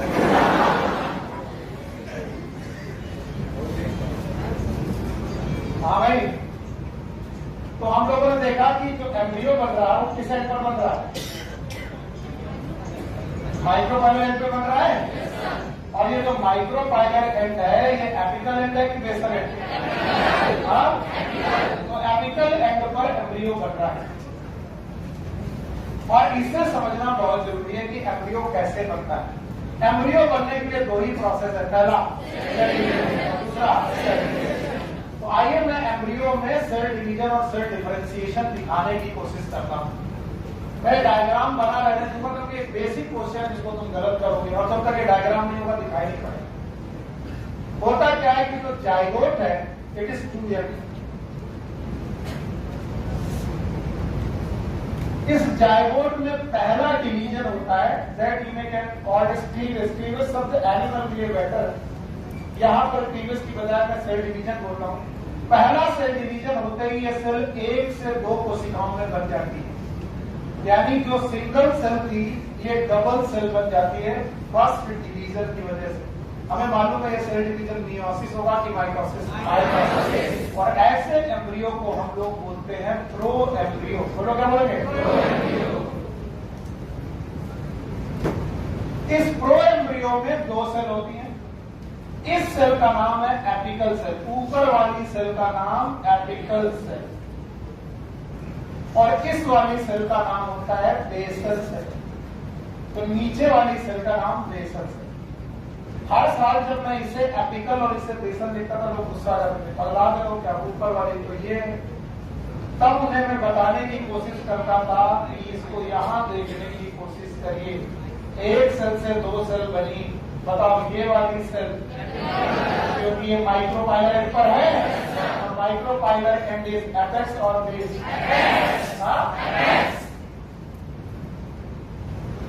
तो ये तो 2 सेल बनी है। इस 2 सेल वाले स्टेज का नाम है प्रो एम्ब्रियो। प्रो का नाम है। और प्रो एम्ब्रियो में 2 सेल में पहली सेल का नाम एपिकल सेल, जो माइक्रोपाइलर एंड की सेल है उसका नाम एपिकल सेल, और उसके अपोजिट वाला बेसल। अब बेसल सेल फर्दर डिवाइड करती है, आगे से समझिएगा, और बेटा डिवाइड करके लीनियर स्ट्रक्चर बनाती है that is known as suspensor. बोलो क्या नाम है? अब जब ये मैं बनाता हूं तो लोगों को समझ में नहीं आता होता क्या। और सस्पेंसर की सबसे बड़ी वाली cell is haustoria, haustorial cell. बोलो कौन सी सेल? अब देखो सस्पेंसर का मतलब होता है कहीं लटकना करना। तो याद रखना, अब आपका एम्ब्रियो इस एंडोस्पर्म में सस्पेंड होना चाह रहा है, और सस्पेंड होना चाह रहा है, जिससे सस्पेंड होना चाह रहा है उसका नाम सस्पेंसर। और ये नरिशमेंट भी चाह रहा, क्या चाह रहा? और नरिशमेंट का मतलब है haustoria cell. Haustoria cell suck the nourishment, और ये नरिशमेंट किससे सक करेगी पता नहीं सर। बताओ ये कहां पर एंट्री मार गया? एंडोस्पर्म। यहां पर क्या था? क्या था? एंडोस्पर्म था। और एम्ब्रियो का एक एंड कहां घुस गया? एंडोस्पर्म। और उसकी एक सेल का नाम हॉस्टोरिया। और क्या लेने लगी? नरिशमेंट। और नरिशमेंट लेकर के एपिकल सेल की तरफ पहुंचाने लगी, और एपिकल सेल भी डिवाइड होने लगी, और डिवाइड होकर ग्लोब लाइक हो गई। Globe like. So this globe-like embryo is known as globular embryo. बोलो क्या नाम है? ग्लोबुलर एम्ब्रियो को समझने के लिए आपको फुटबॉल दिमाग में लाना पड़ेगा। आया दिमाग में? फुटबॉल के हेक्सागोनल पेंटागोनल पैचेस दिमाग में लाओ। आए? वो पैचेस को सेल सोचो। क्या सोचो? सेल। तो बताओ सेल कहां पर है? सेंटर में कि पेरिफेरी? पेरिफेरी। और सेंटर में क्या है? कैविटी। बताओ वो हॉलो है कि solid? Hollow. Hollow embryo it is known as globular embryo. तो पहले बताओ क्या बना? ग्लोबुलर नहीं, और दूसरा एम्ब्रियो ग्लोबुलर। और ग्लोबुलर एम्ब्रियो साइज तब तक बढ़ाता रहेगा जब तक क्या मिलता रहेगा? और नरिशमेंट कहां से मिलेगा? और एंडोस्पर्म से नरिशमेंट कौन सा करेगा? इसके थ्रू। और कहां पहुंचेगा? तो मैंने कहा था ना डेवलपिंग एम्ब्रियो क्या करेगा? एंडोस्पर्म को चेक करना चालू करेगा। बताया था? बताओ स्टेज का नाम पहले बोलो। जाइगोट से क्या बना? Pro embryo. और प्रो एम्ब्रियो से, और इस दौरान बेटा एंडोस्पर्म धीरे धीरे खत्म होने लगेगा। अगर धीरे धीरे एंडोस्पर्म खत्म होने लगेगा तो उसमें सस्पेंसर के साथ ग्लोबुलर एम्ब्रियो बनने लगेगा। अगर आप इतना सीख गए हो तो इस डायग्राम की जरूरत पूरी हो गई। अब मैं इसको दोबारा दिखाऊंगा, आपको बहुत अच्छी तरीके से समझ में आएगा। देखो भाई बताओ, zygote NP2N, thank you very much. क्या ये जाइगोट है? बताइए ये किस एंड पर पड़ा है, चैलेंजल की माइक्रोपाइलेटिस? इसका मतलब एम्ब्रियो भी किस एंड पर बनेगा? माइक्रोपाइलेटिस से एपिकल और बेसल। पहला सेल डिवीजन होगा, पहला सेल डिवीजन होगा। बताओ स्ट्रक्चर बनेगा, इस स्ट्रक्चर में 2 सेल होगी, इसका नाम प्रोएम्ब्रियो। इस पूरे एम्ब्रियो का नाम प्रोएम्ब्रियो होगा। प्रोएम्ब्रियो की 2 सेल होगी, ऊपर वाली फिर तो बोलो, और नीचे वाली एपिकल। वाई नीचे वाली एपिकल? क्योंकि ये किस एम्ब्रियो है? माइक्रोपाइलर। फिर बोलो, फिर से डिवीजन होंगे और ऊपर वाली कोशिकाएं एक बेटा लीनियर स्ट्रैंड बनाने की। नाम बताओ। सस्पेंसर किसी को सस्पेंड करेगा और ऊपर वाली सेल का नाम ऑस्टियोरियल सेल। बोलो क्या नाम है? क्या अब आपको दिख रहा है वो जो यहाँ मैं नहीं दिखा पा रहा, वो दिख रहा है? ऑस्टियोरियल सेल के साथ सस्पेंसर किसमें घुस गया? क्या लेने लगा? नरिशमेंट। और ये नरिशमेंट लेकर के नीचे पहुंचाने लगा।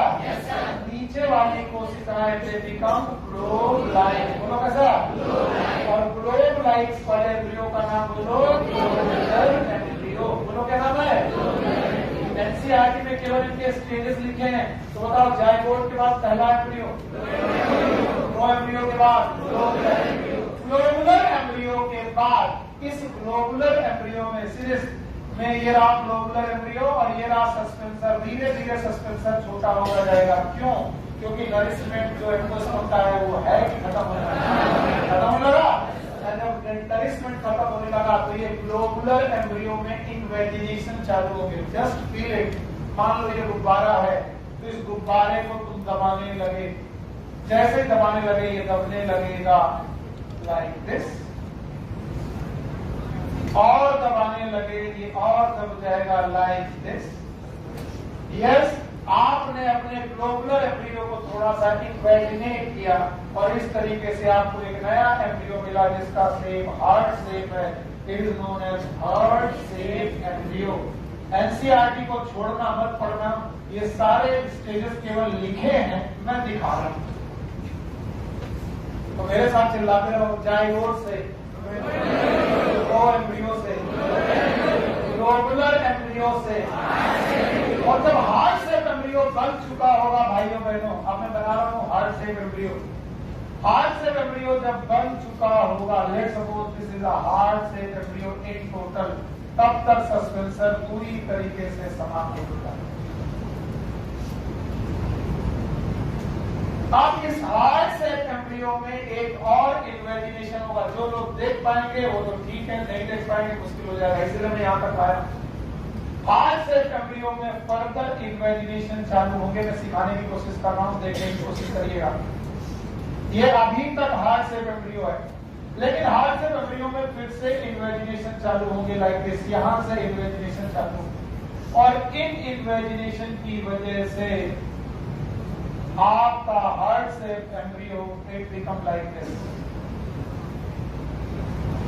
सर ये तो हाइड्रा जैसा कुछ दिख रहा है। अगर नहीं दिख रहा है तो मैं इसको दूसरे कलर से रखने की कोशिश करता हूं। एक स्ट्रक्चर ये बना इन्वेजिनेशन की वजह से, और एक स्ट्रक्चर ये बना इन्वेजिनेशन की वजह से। बीच में गैप है, इट इज नथिंग, और ये बाकी वाला पोर्शन दिस, इस वाले पूरे पोर्शन का नाम है एम्ब्रियोनल एक्सिस। बोलो क्या नाम है? फिर से बोलो।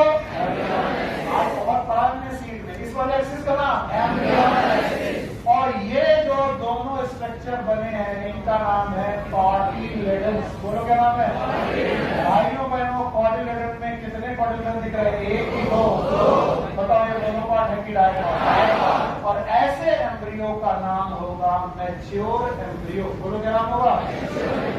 मैं मैच्योर एम्ब्रियो को दोबारा दिखाऊंगा बोर्ड में, लेकिन पहले सीक्वेंस सीख लो। सीक्वेंस का रट्टा मानो, जायगोट से, प्रो एम्ब्रियो से, ग्लोबुलर एम्ब्रियो से, हार्ट सेल एम्ब्रियो से। और बताओ क्या क्या देख रहे हो? जायगोट से प्रो एम्ब्रियो बनते वक्त कौन सा प्रोसेस? Cell division. बोलो, प्रो एम्ब्रियो से बेटा ग्लोबुलर एम्ब्रियो बनते वक्त भी सेल डिवीजन। लेकिन इसके बाद इन्वेजिनेशन। बोलो क्या? Invagination is a type of difference. Invagination is a type of differentiation. तो मैंने बोला था एम्ब्रियो बनते वक्त दो ही प्रोसेस होंगे। बोलो कौन? सेल डिवीजन और सेल डिफरेंशिएशन। और इसके बाद भी invagination, that is cell differentiation. Mature embryo का डायग्राम मैं दोबारा दिखा दूंगा, बड़ा बना के दिखा दूंगा। पहले इतना बताते जाओ जो मैं पूछूं। बताओ जायगोट में क्या हुआ? बोलो, क्या बना? बताओ प्रो एम्ब्रियो तक डिफरेंशिएशन हुआ कि केवल सेल डिवीजन? केवल डिफरेंशिएशन, केवल सेल डिवीजन हुआ। दो सेल बनी, एपिकल सेल और एपिकल सेल। इसमें कौन है जो एम्ब्रियो बनाएगी? एपिकल। और कौन है जो सस्पेंसर बनाएगी? बेसल ने सस्पेंसर बनाया, करिश्मेंट लेने लगी। और बेटा एपिकल ने बेटा एम्ब्रियो बनाया। इस एम्ब्रियो का नाम ग्लोबुलर। ग्लोबुलर एम्ब्रियो के बाद इन्वेजिनेशन हुआ, क्या बना? Heart cell. और हार्ट सेल एम्ब्रियो में इन्वेजिनेशन हुए, क्या बना? अब जरा इस मैच्योर एम्ब्रियो को दोबारा देखो। अगर आप इस मैच्योर एम्ब्रियो को दोबारा देखें तो आपको समझ में आ जाएगा मैंने क्या बनाया है। पहले मैंने ये हार्ट सेल एम्ब्रियो आपके सामने बनाया था। अब इस हार्ट सेल एम्ब्रियो में मैंने इन्वेजिनेशन चालू की। इन्वेजिनेशन जब चालू किए तो मैंने क्या किया दिखा रहा हूं।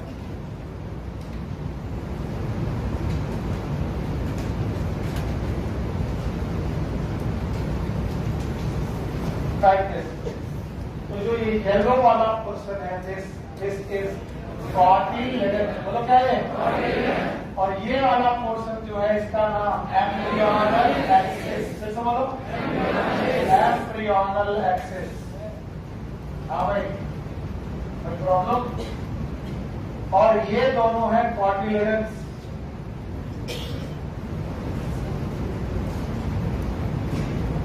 और चूंकि कॉटिलेडन दो हैं तो मोनोकॉट की डायकॉट। अच्छा, इस तरीके के स्ट्रक्चर में तो तुम कभी भी एपिकोटाइल हाइपोटाइल को समझ ही नहीं पाओगे। लेट्स सपोज मैं इसको सीधा करूं तो ये कुछ ऐसे दिखाई पड़ेगा। हाइड्रा मत समझिएगा बस, क्योंकि आप कुछ भी समझ सकते हो।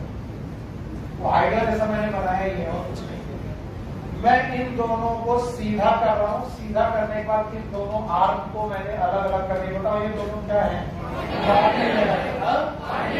और ये एक्सिस का नाम क्या है? एम्ब्रियोनल एक्सिस है। और जब तुम्हें ये एम्ब्रियोनल एक्सिस दिखने लगेगी तो ये लेवल दिखेगा कॉटिलेडन का। बोलो क्या दिखेगा? तो कॉटिलेडन के ऊपर की एक्सिस बोलो एपिकोटाइल। बोल गए बेटा, क्या है?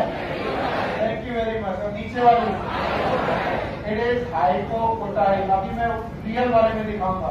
और हाइपोकोटाइल का टर्मिनल पार्ट रेडिकल। बोलो क्या है?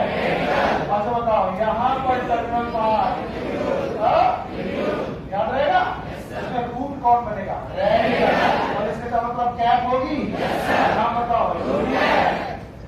आप देखो, इसको यहाँ पर देखने की कोशिश करो। बताइए यहाँ पर जो कैप होगी, नाम बताओ। रूट कैप होगी। बताओ इस एम्ब्रियोनल एक्सिस का ये वाला पोर्शन क्या कहलाएगा? हाइपोकोटाइल। तो क्या कहलाएगा? हाइपोकोटाइल। और ये वाला पोर्शन क्या कहलाएगा? रेडिकल। क्या कहलाएगा? Thank you very much. आज ही पढ़ाया और आज ही बोल कर बताओ ये वाला पोर्शन क्या कहलाएगा?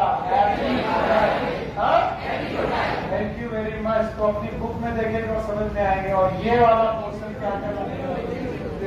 क्या कहलाएगा? तो आप बताओ किसी भी मैच्योर एम्ब्रियो में क्या क्या मिलेगा? पता नहीं क्या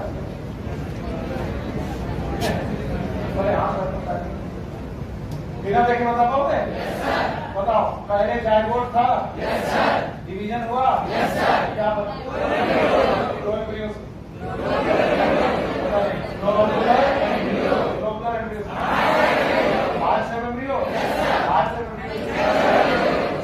में क्या दिख रहा है? दिख रहा है, दो मॉड्यूलर है, डायगोट है, दोनों मॉड्यूलर के बीच में एक छोटी सी सेक्टर दिख रहा है,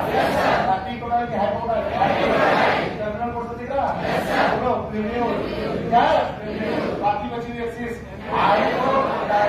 और हाइपोडाइन का नीचे वाला, और क्या इसी में होगा रूट क्या? जरा देखने की कोशिश करो, साइड डायग्राम मिल जाए। मैं भी देखता हूँ एनसीईआरटी में साइड डायग्राम।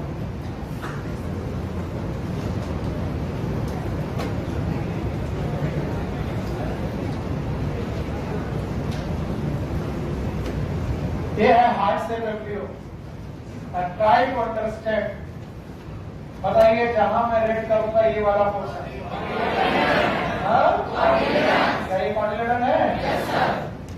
ये एक्सिस, अच्छा ये पोर्शन, ये पोर्शन, ये पोर्शन, ये पोर्शन, ये वाला। अगर सस्पेंसर होता तो यही होता, नहीं आया? आया। इसके पहले भी व्यवस्था देख लो, कहीं ऐसा ना हो कि सर समझ में नहीं आया। एम्ब्रियो फॉर्मेशन, एम्ब्रियो क्या? अरे ये लिखा था,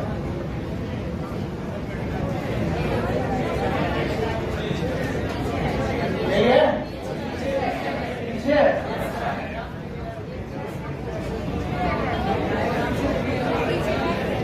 नहीं, मैं जो पढ़ाना चाह रहा हूँ मुझे मिल गया। मैं जो पढ़ाना चाह रहा हूँ मुझे मिल गया। तुम लोग क्या बोल रहे हो, उससे क्या मतलब है? जायगोट से क्या बनेगा? एम्ब्रियो से, ग्लोबुलर से, हार्ट से के बाद ये लिखा है, बना नहीं है। अब बना क्या वो दिखा दे रहे, बना भी है, परेशान। ये बताओ, ये क्या है? ये अच्छा, ये सस्पेंसर है, ग्लोबुलर है, ये बेटा सस्पेंसर है, ये बेटा हार्ट शेप है। हार्ट शेप के बाद ये वाला खत्म कर लो। ये दो कॉर्डिनेटर है, एम्ब्रियोनल एक्सिस है, और यहाँ पर क्या होगा? एपिपोटाइड, और यहाँ पर हाइपोटाइड। रेडिकल होगा, कैप होगी, कैप का नाम। अगर आप इतना भी बता देते हो तो बेटा मेरा काम बन जाता है कि भाई मैंने तो तुमको समझा दिया था। बताओ कितने इवेंट है? 3। पहले प्रो एम्ब्रियो, फिर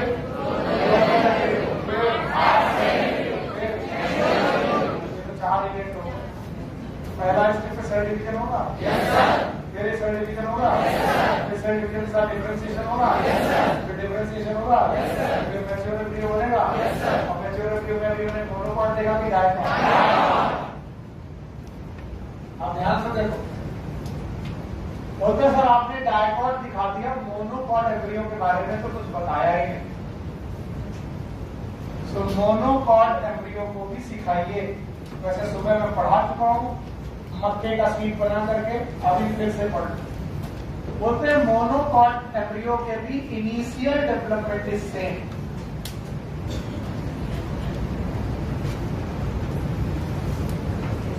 ऑफ एम्ब्रियो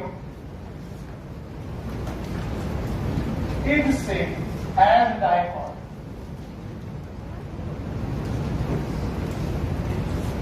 डायकॉट की तरह ही इनिशियल डेवलपमेंट होते हैं, लेकिन बाद में क्या चेंजेस आते हैं जरा देखिएगा। बोलते हैं इसमें एक एम्ब्रियोनल एक्सिस होती है। Let's suppose this is the embryonal axis. मैंने केवल एम्ब्रियोनल एक्सिस बनाई, और let's suppose this is the place from where cotyledon can be originated. तो इस पोर्शन के ऊपर वाली एक्सिस इज एपिपोटाइड। जब आप देखते रहो तभी काम बनेगा, बोलो क्या? और इसके नीचे वाला हाइपोटाइड।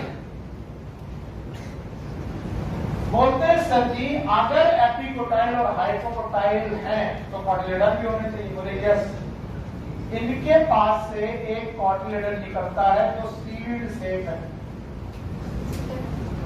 This is a single cotyledon. उसका नाम बताया था भाई, जवाब ही नहीं आ रहा। Single cotyledon. क्या ये स्पूटेलम है? Sir it is a स्पूटेलम।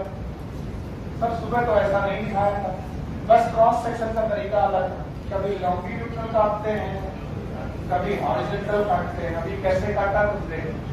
बोलते सर अगर ये एक कॉर्डिनेटर है तो दूसरा कहाँ गया? बोले अगर दूसरा कॉर्डिनेटर भी होता भाइयों बहनों तो ये दोनों पार्ट होता कि डायरेक्ट होता? ये दोनों कॉर्डिनेटर होते हैं, इनके बीच की एक्सिस हैप्पी होता है, भूल गए। अभी हाइटा बनाया था, दोनों कॉर्डिनेटर के बीच की एक्सिस। बोलते हैं सर ये वाला जो कॉर्डिनेटर है ये रिड्यूस हो गया और ये एपिब्लास्ट नाम के स्ट्रक्चर में कन्वर्ट हो गया। Please see your NCERT. तो बताओ दो कॉटिलेडन में दो बचे कि एक बचा? और एक बचा तो डायकॉट की मोनोकॉट। बाकी एक्सिस का नाम एम्ब्रियोनल एक्सिस। सर तो घबराया मत करो, पढ़ना तुम्हारी जिंदगी है, मुंह मत बनाया करो सर क्या पढ़ा। स्टूडेंट हो, स्टडी करने आओ, पढ़ना है ही, चाहे मुंह बना के पढ़ो चाहे खुश होकर पढ़ो। क्या तरीका है? खुश होकर पढ़ो। बताओ एक एपिकोटाइल है, इसका मतलब यहाँ से लेकर यहाँ तक जो एक्सिस है इसका नाम एम्ब्रियोनल, और ये ऊपर वाला पोर्शन एपिकोटाइल। बोलो क्या है? Thank you. ये वाला तो हाइपोकोटाइल के टर्मिनल पार्ट का नाम रेडिकल। भूल गए आप? रेडिकल है। और एपिकोटाइल के टर्मिनल पार्ट का नाम स्मूथ एपेक्स। बोलो क्या नाम है? इसी का नाम प्रिन्यूल है। और मोनोकॉट में प्रिन्यूल की जगह कौन सा शब्द यूज करते हैं? अच्छा बताओ, क्या मैंने तुम्हें सुबह को और स्ट्रक्चर पढ़ाए थे? इसके बाद क्या होंगे?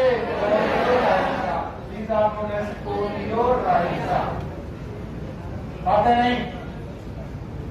और क्या इसके बाद भी स्ट्रक्चर होंगे? तो क्या होगा? सर सुबह जो आपने स्ट्रक्चर बनाया था उसमें आपने कुछ ऐसा स्ट्रक्चर बनाया था सर, अभी आपने बदल दिया। ये डेवलपमेंटल हिस्ट्री है, मक्के का है। बताओ यहाँ पर कोई लेयर थी? क्या बताओ? एलुरोन लेयर थी। इनका नाम क्या था? एंड्रोस्पर्म। क्या यहाँ पर एम्ब्रियोनल एक्सिस थी? बताओ ये वाला पोर्शन एपिकोटाइल, ये हाइपोकोटाइल। क्या यहाँ पर बेटा कोलियोटाइल था? क्या ये कोलियोराइजा था? बताओ यहाँ सिंगल कॉटिलेडन है कि डबल? सिंगल। डायकॉट की मोनोकॉट? अभी ये डेवलपमेंटल हिस्ट्री में तुम्हें सिखाया गया कि कैसे डायकॉट चेंजेस इनटू मोनोकॉट। तो पहले कौन बने? और डायकॉट में क्या आया? बॉडी में तो क्या बने? इसीलिए बोला जाता है कि अगर इवोल्यूशन के दौरान पूछा जाए which is more develop. Very good. तो अगर कोई मोस्ट एडवांस फैमिली पूछे तो आप डायकॉट की फैमिली चूज करोगे? पोएसी, ग्रैनी, व्हीट, राइस, ये मोस्ट एडवांस फैमिलीज में से एक फैमिली है। बिकॉज इवोल्यूशन के दौरान पहले कौन बना? बाद में। जो बाद में बनता है वो एडवांस होता है। कैसा होता है? एडवांस। हमारे बाद में जो ह्यूमन आएगा होमो सैपियंस फ्यूचरिस्ट, वो हमारे से ज्यादा एडवांस होगा। क्या हम लोग एप के बाद आए हैं? क्या हम लोग निएंडरथैलर क्रो-मैग्नेट के बाद आए हैं? तो हम ज्यादा एडवांस हैं? नहीं आ रहा? आ रहा है? तो जो बाद में आता है वो प्रिमिटिव के एडवांस। तो अब बताओ यहाँ के दोनों कॉटिलेडन में से एक कॉटिलेडन बचा किस रूप में? एपिब्लास्ट। और दूसरा किस फॉर्म में? स्पूटेलम। और इस तरीके से इसकी एक्सिस का नाम एम्ब्रियोनल एक्सिस। एम्ब्रियोनल एक्सिस का ऊपरी हिस्सा एपिकोटाइल। सुबह भी सिखाया था कॉटिलेडन के ऊपर, ऊपर मतलब एपी, कॉटिलेडन के नीचे, नीचे मतलब हाइपो। तो बताओ यहाँ से अगर कॉटिलेडन निकला तो ये वाला हिस्सा, ये वाला। अच्छा मैंने तो बड़े शान से लिख दिया कि epiblast is the remnant of cotyledon. But it is a controversial. बहुत सारी किताबें लिखती हैं, पता नहीं एपिब्लास्ट क्या है, लेकिन कुछ साइंटिस्ट मानते हैं कि epiblast is a remnant of a cotyledon. कितने कॉटिलेडॉन हुआ करते थे? अभी बचा कितना है?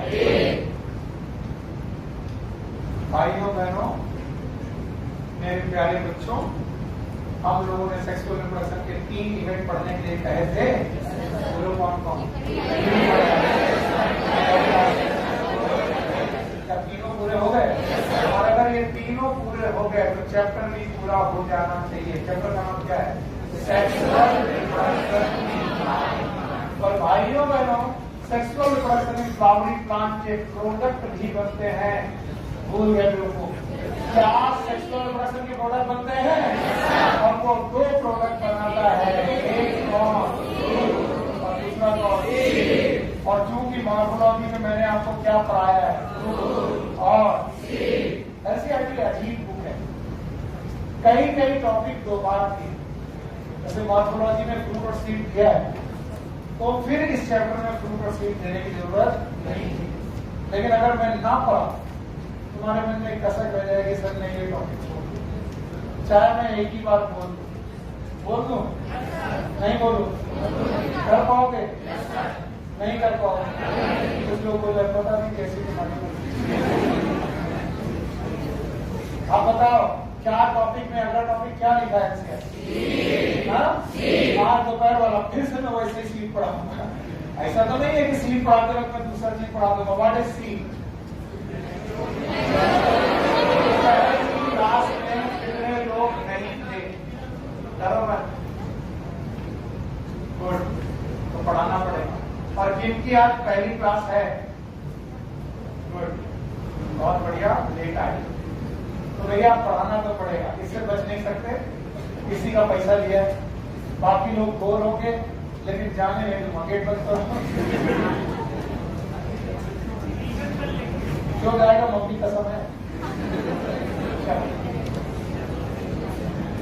क्या अजीब बात है कि आज सुबह सीट पर आया है और आज फिर से सीट आ गया। बटी सीट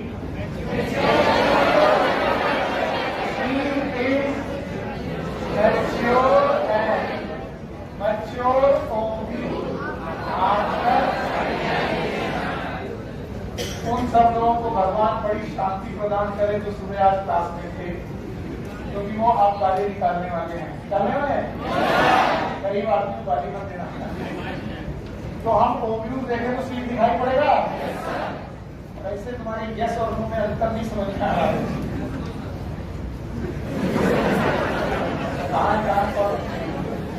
करो भाई, बड़ा बढ़िया चौक था। हाँ भाई, नेक्स्ट सर, यस, दाढ़ी या नहीं, कैसे करेंगे? नील दाढ़ी करने का तरीका बताओ। मैंने ट्राई की, मेरे झुआ करोगे।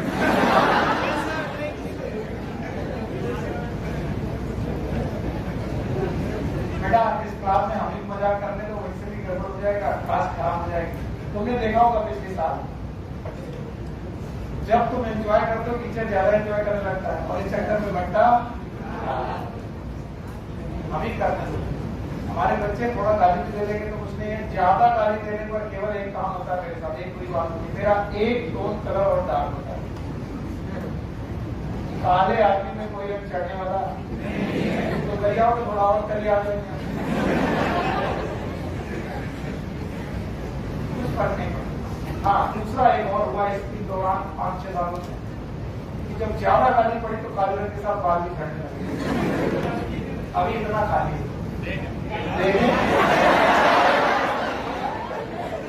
और बड़ी बाइक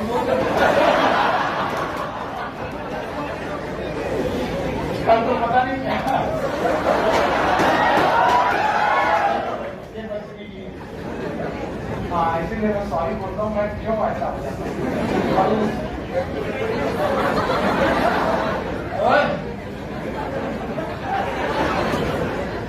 खालू के बारे में तो पढ़ ले तो मजाक करने में बड़ी मुश्किल हो जाती है। तमीज कहेंगे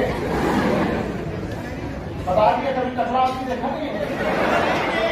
ऐसे, बाकी यहाँ से ऐसे, ये सब सिखाए तुरंत उल्टी हो जाए।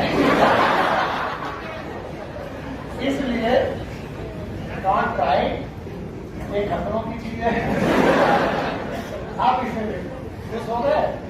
मैं यही चाहता था कि थोड़ा तुम्हारा मन हल्का हो जाए, क्योंकि सीन फिर से गहरे तरीके से आपको करने वाला हूं। आप साथ रहिएगा। बाकी लोगों की कोई गलती नहीं है जो बेचारे आज पहले दिन आए। तो क्या हमें ओव्यूल याद है? देखना, फिर से ओव्यूल बनाते हैं। ये बताओ, आउटर इंटेगमेंट है, यहीं पर बनाया था सुबह भी। ये इनर इंटेगमेंट है, पक्का? यहाँ पर अटैच है हाइलम है, यहाँ से, और ये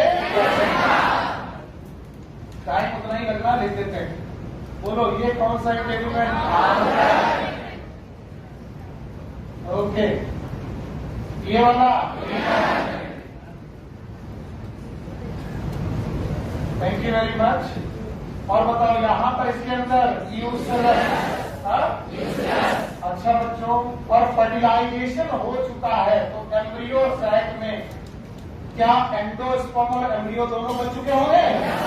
अगर एंडोस्पर्म बचा होगा तो एंडोस्पर्म, अगर बीच में एक्सिस होगी, अभी पढ़ाया आपको, मतलब एक्सिस होगी। नाम बताओ, एंड, और इसके चारों तरफ कॉर्डिनेटॉन होंगे। दो कॉर्डिनेटॉन तो मोनोकॉट आएगा। इसका नाम माइक्रोपाइल। सॉरी बेटा, जो लोग सुबह पढ़े उनको मुश्किल पड़ रहा होगा, पर अब पूरा पढ़ना। देखो, ये माइक्रोपाइल है। अब मैं इस ओव्यूल से क्या बनाने जा रहा हूँ? सीड। बोलो, seed is mature ovule after fertilization. चलो बनाओ। आउटर इंटेगमेंट से क्या बना? टेस्टा। टेस्टा, शाबाश। यहीं पर सुबह भी लिखा था, याद आया? और यहाँ पर मेम्ब्रेन बनी।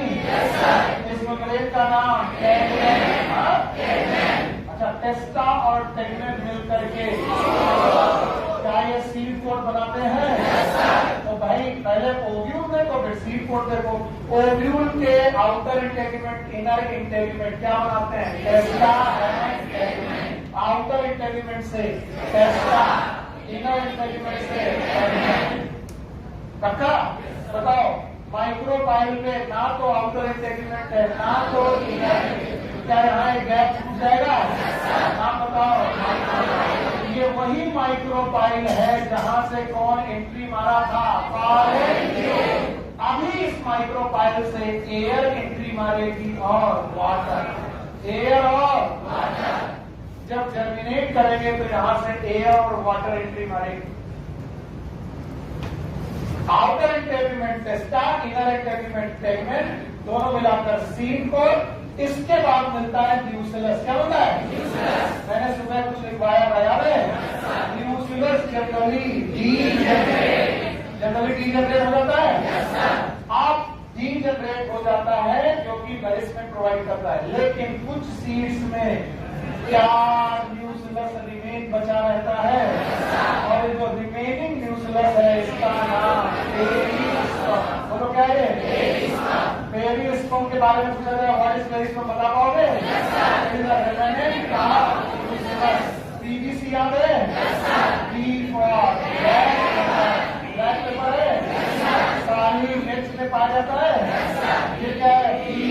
चुकंदर में पाया जाएगा, और कैस्टर में भी पाया जाएगा, थोड़ा पेरिस्पर्म पाया जाएगा। अब इधर देखो ध्यान से, आउटर इंटेगमेंट, इनर इंटेगमेंट, जिसको निपट गया, बचा सैक। क्या बचा? और सैक के अंदर दो ही चीजें बची हैं, ये बोलो, एंडोस्पर्म। क्या बचा? और ये एम्ब्रियो। तो अगर एंडोस्पर्म प्रेजेंट है भाइयों बहनों, अगर एंडोस्पर्म प्रेजेंट है, मैंने सुबह में लिखाया था, एंडोस्पर्म में दो कंडीशन हो सकती है, अभी पढ़ाया था। या तो ये प्रेजेंट हो सकता है, नाम बताओ। जैसे बोलो, एंडोस्पर्मिक सीड होगा, और अगर ये अपसेट हुआ तो एंडोस्पर्मिक। जल्दी जल्दी निपटाते हैं। नॉन एंडोस्पर्मिक होगा? Thank you very much. आप बताओ, एंडोस्पर्मिक निपट गया, आउटर इनर न्यूक्लियस एंडोस्पर्म। आप बताओ क्या बचा? क्या बचा? और बताओ, एम्ब्रियो में आपको क्या क्या मिलेगा, जो जो मिलेगा वो बताते जाओ। क्या एक्सिस मिलेगी? एक्सिस का नाम एम्ब्रियोनिक एक्सिस। क्या इसमें आपको क्वाड्रिलेटरल मिलेंगे? क्वाड्रिलेटरल मिलेंगे दो, तो मोनोकॉट की डायकॉट एक तो। और क्या यहाँ पर एक्सिस मिल सकती है? बताओ, क्वाड्रिलेटरल के ऊपर वाली एपी और नीचे वाली। तो क्या ये भाई साहब क्वाड्रिलेटरल है? और क्वाड्रिलेटरल के अलावा क्या ये वाला स्ट्रक्चर एक्सिस है? एक्सिस का नाम एम्ब्रियोनिक। ये सीड का रियल डायग्राम है कि रे डायग्राम? क्या हम ओव्यूल को सीड में बनते हुए देख रहे हैं? अच्छा बताओ, जब सीड को तोड़ेंगे तो क्या मटर के, हमने बोला था मटर की फली से मटर के दाने को तोड़ते हुए देखो, क्या स्टार छूट जाएगा? उस स्टार का नाम आइलम। तो बताओ, सीड में जहां पर सीड अटैच होता है फली के साथ, उसे तोड़ा तो वहां पर एक दांत छूट जाएगा, नाम है आइलम। क्या आइलम माइक्रोकाइल के पास पाया जाएगा? This is a seed for you. बिल्कुल इसके अलावा कुछ नहीं पढ़ाया, बस 3-4 बार पढ़ाया था, इसलिए बार बार नहीं पढ़ा सकते। एक बार में आया? अगर आया तो मुझे इसे चार्ट आउट करना है। सुबह भी किया था, आज भी करना है। सब लोग मदद करोगे? बोलो, सीड के कितने पोर्शन है? 2। पहला पोर्शन सीड कोड। आप नहीं करोगे तो गड़बड़ है। सीड कोड है?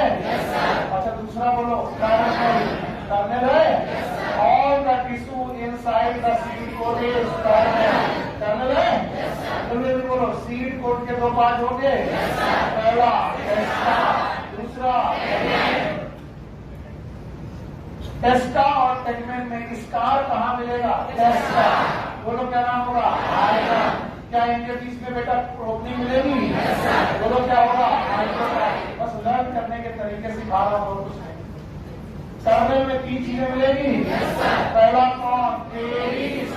जो हमेशा प्रेजेंट होगा, हमेशा प्रेजेंट, कभी कभी प्रेजेंट होगा और कभी कभी एब्सेंट होगा। बोलो बीबीसी याद है? बोलो एंडोस्पर्म होगा, हमेशा होगा। एंडोस्पर्म भी प्रेजेंट हो सकता है, एब्सेंट हो सकता है। प्रेजेंट हुआ तो एंडोस्पर्म, नहीं हुआ तो क्या एंडोस्पर्मिक सीड के एग्जांपल बता पाओगे?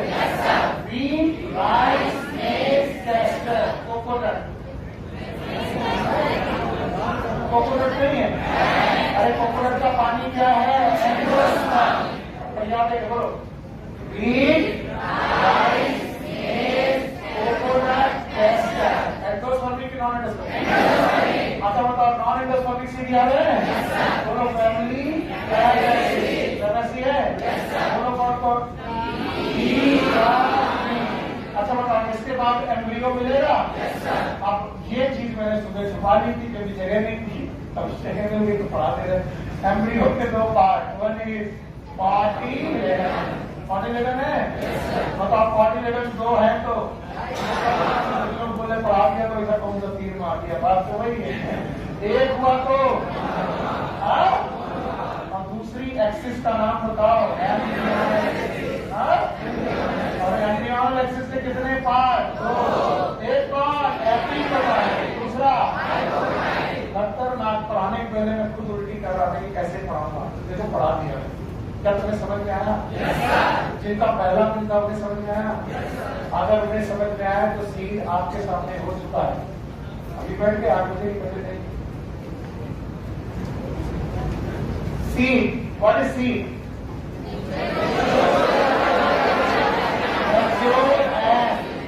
Mature ovule after fertilization is known as seed.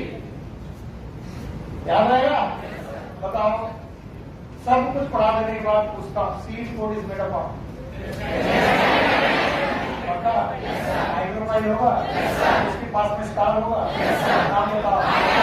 अंदर पूछेंगे तो न्यूक्लियस जनरली कभी कभी। नाम बताओ। एंडोस्पर्म हो सकता है? नहीं भी हो सकता है।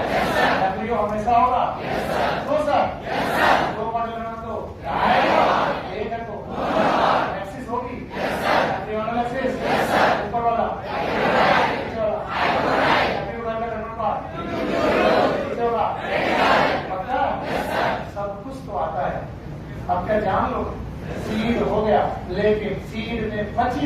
बातें जो आज नहीं पढ़ा। पहला पॉइंट, जब सीड बन जाता है तो ये दो प्रोसेस से गुजरता है। One is known as dehydration, ये सूखने लगता है, और desiccation.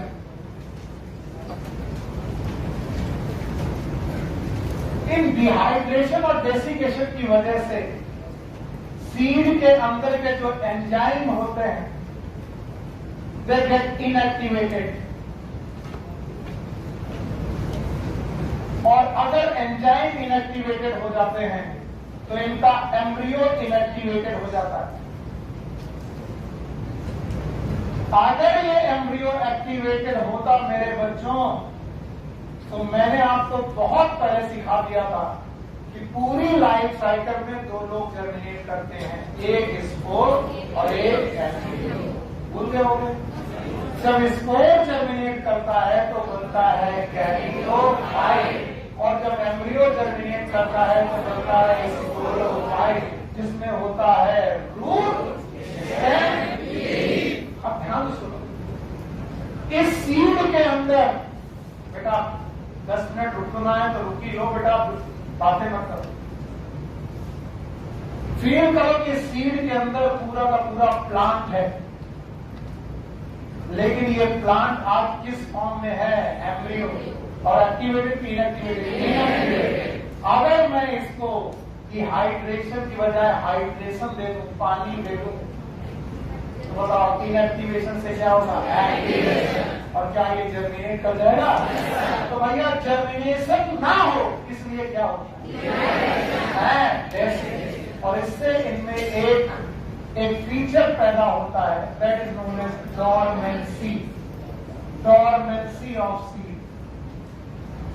And dormancy of seed is the inactivity of seed. सोच कर देखिए, क्योंकि आप सीड इतना देख चुके हैं कि आप सोचते नहीं। सोच कर देखिए, पूरा जीव, पूरा जीव इसके अंदर है, जो बहुत स्लोली सांसें ले रहा, बहुत स्लोली, ऑलमोस्ट इनएक्टिवेटेड कंडीशन में जीव पड़ रहा है। जब आप अंडा खाते हो तो आपको घृणा आती है, भगवान अंडा खा लिया हमने, इसके अंदर जीव होता है। बताओ, अंडे में भी जीव नहीं है, क्योंकि अंडा इज जायगोट, लेकिन seed is embryo. Seed is embryo, इसका मतलब इसमें जीव है। तुम चना चबाते तुमको तरस ना आया कि हे भगवान हम पूरा जीव खा गए। और वो जायगोट जो अभी कोशिका भी जिसका ऑमलेट बना के हमने खाया और तरस आने लगा, हे भगवान चूजा खा गए, उसमें चूजा। और कभी कभी तो बिना फर्टिलाइजेशन वाला भी अंडा होता है, उसमें केवल क्या होता है? एग, मेल गैमेट फीमेल, और फीमेल गैमेट जब तक फर्टिलाइज ना हो तो जायगोट, जायगोट नहीं बना तो एम्ब्रियो भी। इसका मतलब फार्म वाला अंडा वो कभी भी चूजा नहीं, मुर्गी बैठ करके उसमें जान दे दे, वो कभी चूजा, क्योंकि फर्टिलाइज क्या पड़ता है, तो वो एक कोशिका है। और अगर वो एक कोशिका है और उसको खाने में जीव तुम्हें समझ में आ रहा, तो तुम जो चने चबा लो इसमें जीव है, पूरे सब जीव है। तो कैसे देखो कमाल, एक दिन से भिगो कर डालो, जो लोग बॉडी बिल्डिंग करते हैं, हे भगवान तुम पहले इनएक्टिव आदमी को एक्टिव कर करके मारते हो। वो चना था इनएक्टिवेटेड कंडीशन में था, बोले सर बॉडी नहीं बढ़ रही, पहले चने को सुलाया गया, फिर उसको अंकुरित अनाज के रूप में लाया गया, और जब वो सांसें लेने लगा तेज तेज, तब तुमने उसको नमक में डाल कर तुमसे बड़ा जीव हत्यारा। सी, तो ये inactivation is known as dormancy of seed. और डॉर्मेंसी होना एक गुड बात है, बहुत अच्छी बात है। ये क्वेश्चन पूछा गया कि डॉर्मेंसी ना होती तो ये इनएक्टिविटी ना होती, और इनएक्टिविटी ना होती तो हम लोग सीड का स्टोरेज नहीं कर पाते, और अगर स्टोरेज नहीं कर पाते तो गेहूं को आटा बना पाते, इसका मतलब रोटियां नहीं, इसका मतलब गेहूं कहाँ उगता? खेत में, और वहीं खाना पड़ता। क्यों? घर तक ले गए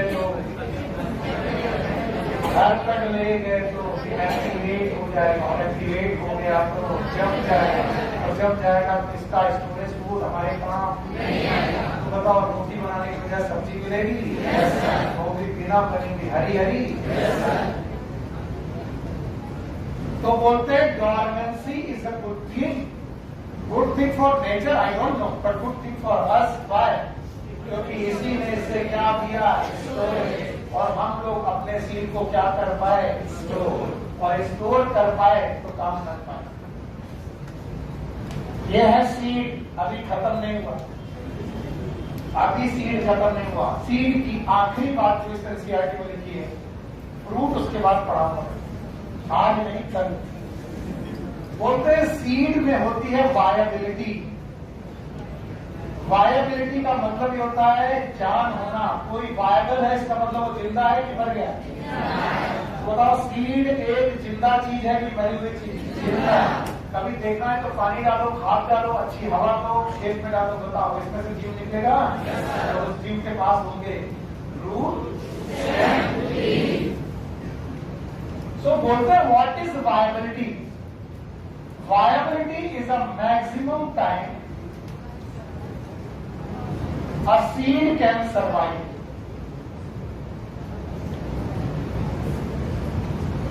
after dispersal। अब आप पूछेंगे सर डिस्पर्सल क्या होता है? फ्रूट के अंदर से सीड का बाहर आ जाना। मेरा तुम्हारा क्वेश्चन था, इस वजह से मैं इसको ध्यान दे रहा हूं। फ्रूट के बाहर सीड आ जाना, it is known as dispersal. एक दिन मेगा ने मुझसे पूछा कि सर ये बताइए, अगर हम लोग सीड खा रहे हैं किसी प्रजाति के, तो उस प्रजाति को इस दुनिया से खत्म हो जाना चाहिए। सीड खा रहे तो क्या पूरे चट्टा जा रहा है? कुछ बच रहा है? बच रहा है।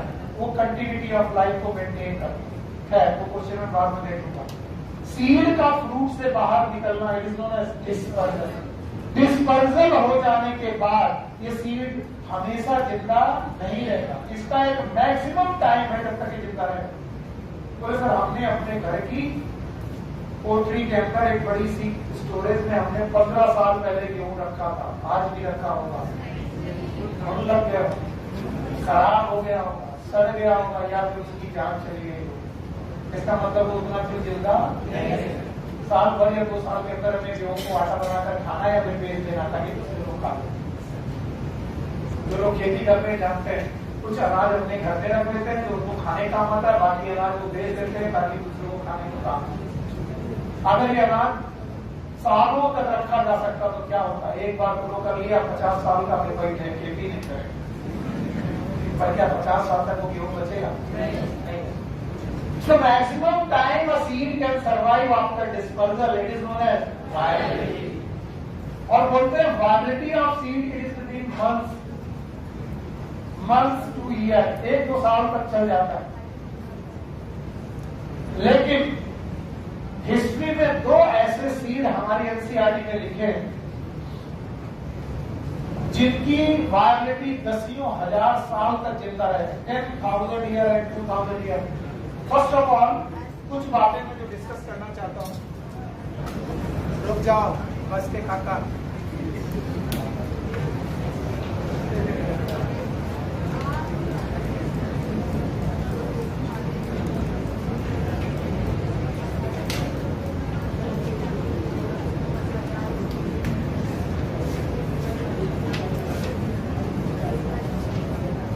ओके, तो बेटा पहले तो आप कुछ चीजें सीखो, वरना आप रट्टा मारोगे और मजा नहीं आए। पहली चीज ये है कि तुम अर्थ को देखते हो, अर्थ में इधर वाला पोल नॉर्थ की साउथ और इधर वाला बीचों बीच में जो रेखा है वो एक इक्वेटर है। बोलो कौन सी?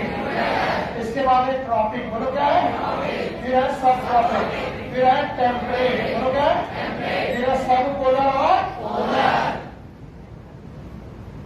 सब पोलर और पोलर वाली जो पोलर वाली वेजिटेशन है, यानी पोल्स में पाई जाने वाली वनस्पति जो है, it is known as tundra.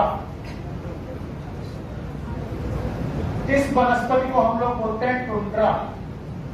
और याद रखना, पोल्स ही अकेली ऐसी जगह है जहां पर साल भर आइस डिपॉजिट रहती है, पूरे साल आइस डिपॉजिट है, चाहे नॉर्थ पोल हो चाहे नॉर्थ पोल वाले रीजन को हम लोग बोलते हैं आर्कटिक रीजन। बोलो कौन?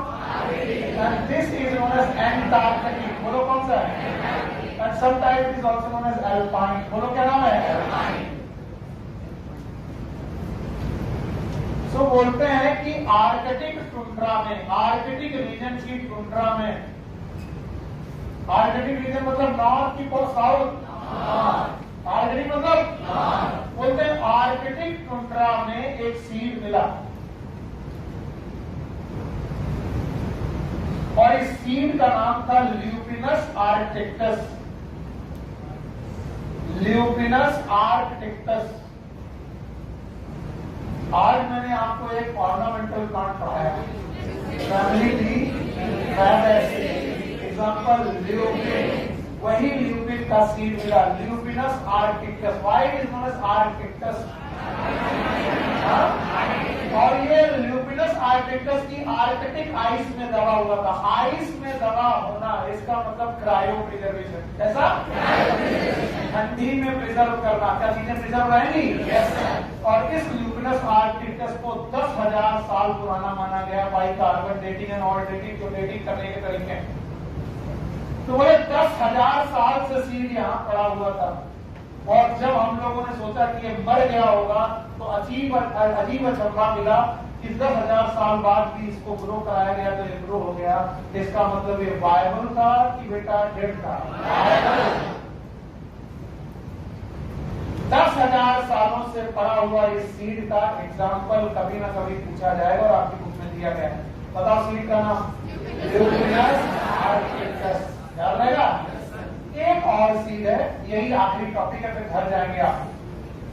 एक राजा हुए किंग हेरोड। ऐसा माना जाता है काफी डरपोक राजा रहे। इन्होंने अपना महल, palace, that is king Herod palace, palace का मतलब महल, डेड सी के पास बनाया था। डेड सी, समुद्र के किनारे बनाया था। वो चाहते थे कि समुद्र की तरफ से तो कोई अटैक ना हो। ऐसा कहते हैं, हो सकता है जानकारी ठीक ना हो, गलत भी, ये कहानियां बनी बनाई थी उसने। तो हुआ क्या, वो डेड सी के पास उन्होंने अपना पैलेस बनाया था, किंग हेरोड पैलेस था। और इस पैलेस को उन्होंने खूब सजाया था और उसमें खूब डेट पाम के पौधे भी लगाए थे। एक बार सुनामी जैसा कुछ प्रकरण हुआ तो बताओ राजा बचे कि महल डूब गया? राजा का तो आइडिया नहीं, महल डूब गया। ये किंग हेरोड पैलेस डूब गया। डूबने के बाद एक्सकेवेशन हुआ, इसकी खोज हुई। खोजने के बाद हमें पता चला कि उसके बाग में लगे हुए डेट पाम मतलब खजूर, डेट पाम का एक सीड मिला और उस सीड की बेटा डेटिंग की गई तो वो 2,000 साल पुराना मिला। तो ऐसा लगा कि ये 2,000 साल से पड़ा खराब हो गया होगा, लेकिन बाद में पता चला कि ये बाइबल था। इस सीड का नाम था फीनिक्स डेक्टाइनोफेरा। बोलो क्या नाम था? तो भैया 2 सीड के नाम याद रखने हैं, फिर घर जाना है। पहला सीड ल्यूपिनस आर्कटिक्टस, कितने साल? और दूसरा कौन? फीनिक्स डेक्टाइनोफेरा। और दोनों की ओरिजिन कौन, कहां पर कौन मिला? फीनिक्स डेक्टाइनोफेरा किंग हेरोड पैलेस, पक्का। और ये वाला काम मिला तो सीड आज खत्म हुआ और कल ये चैप्टर खत्म हो जाएगा। रूट बचा है और एपोमिक्सिस बचा है। बाकी क्वेश्चन उसके बाद हम लोग नेक्स्ट चैप्टर इंट्रोडक्शन शुरू करेंगे। Take care, good luck, bye.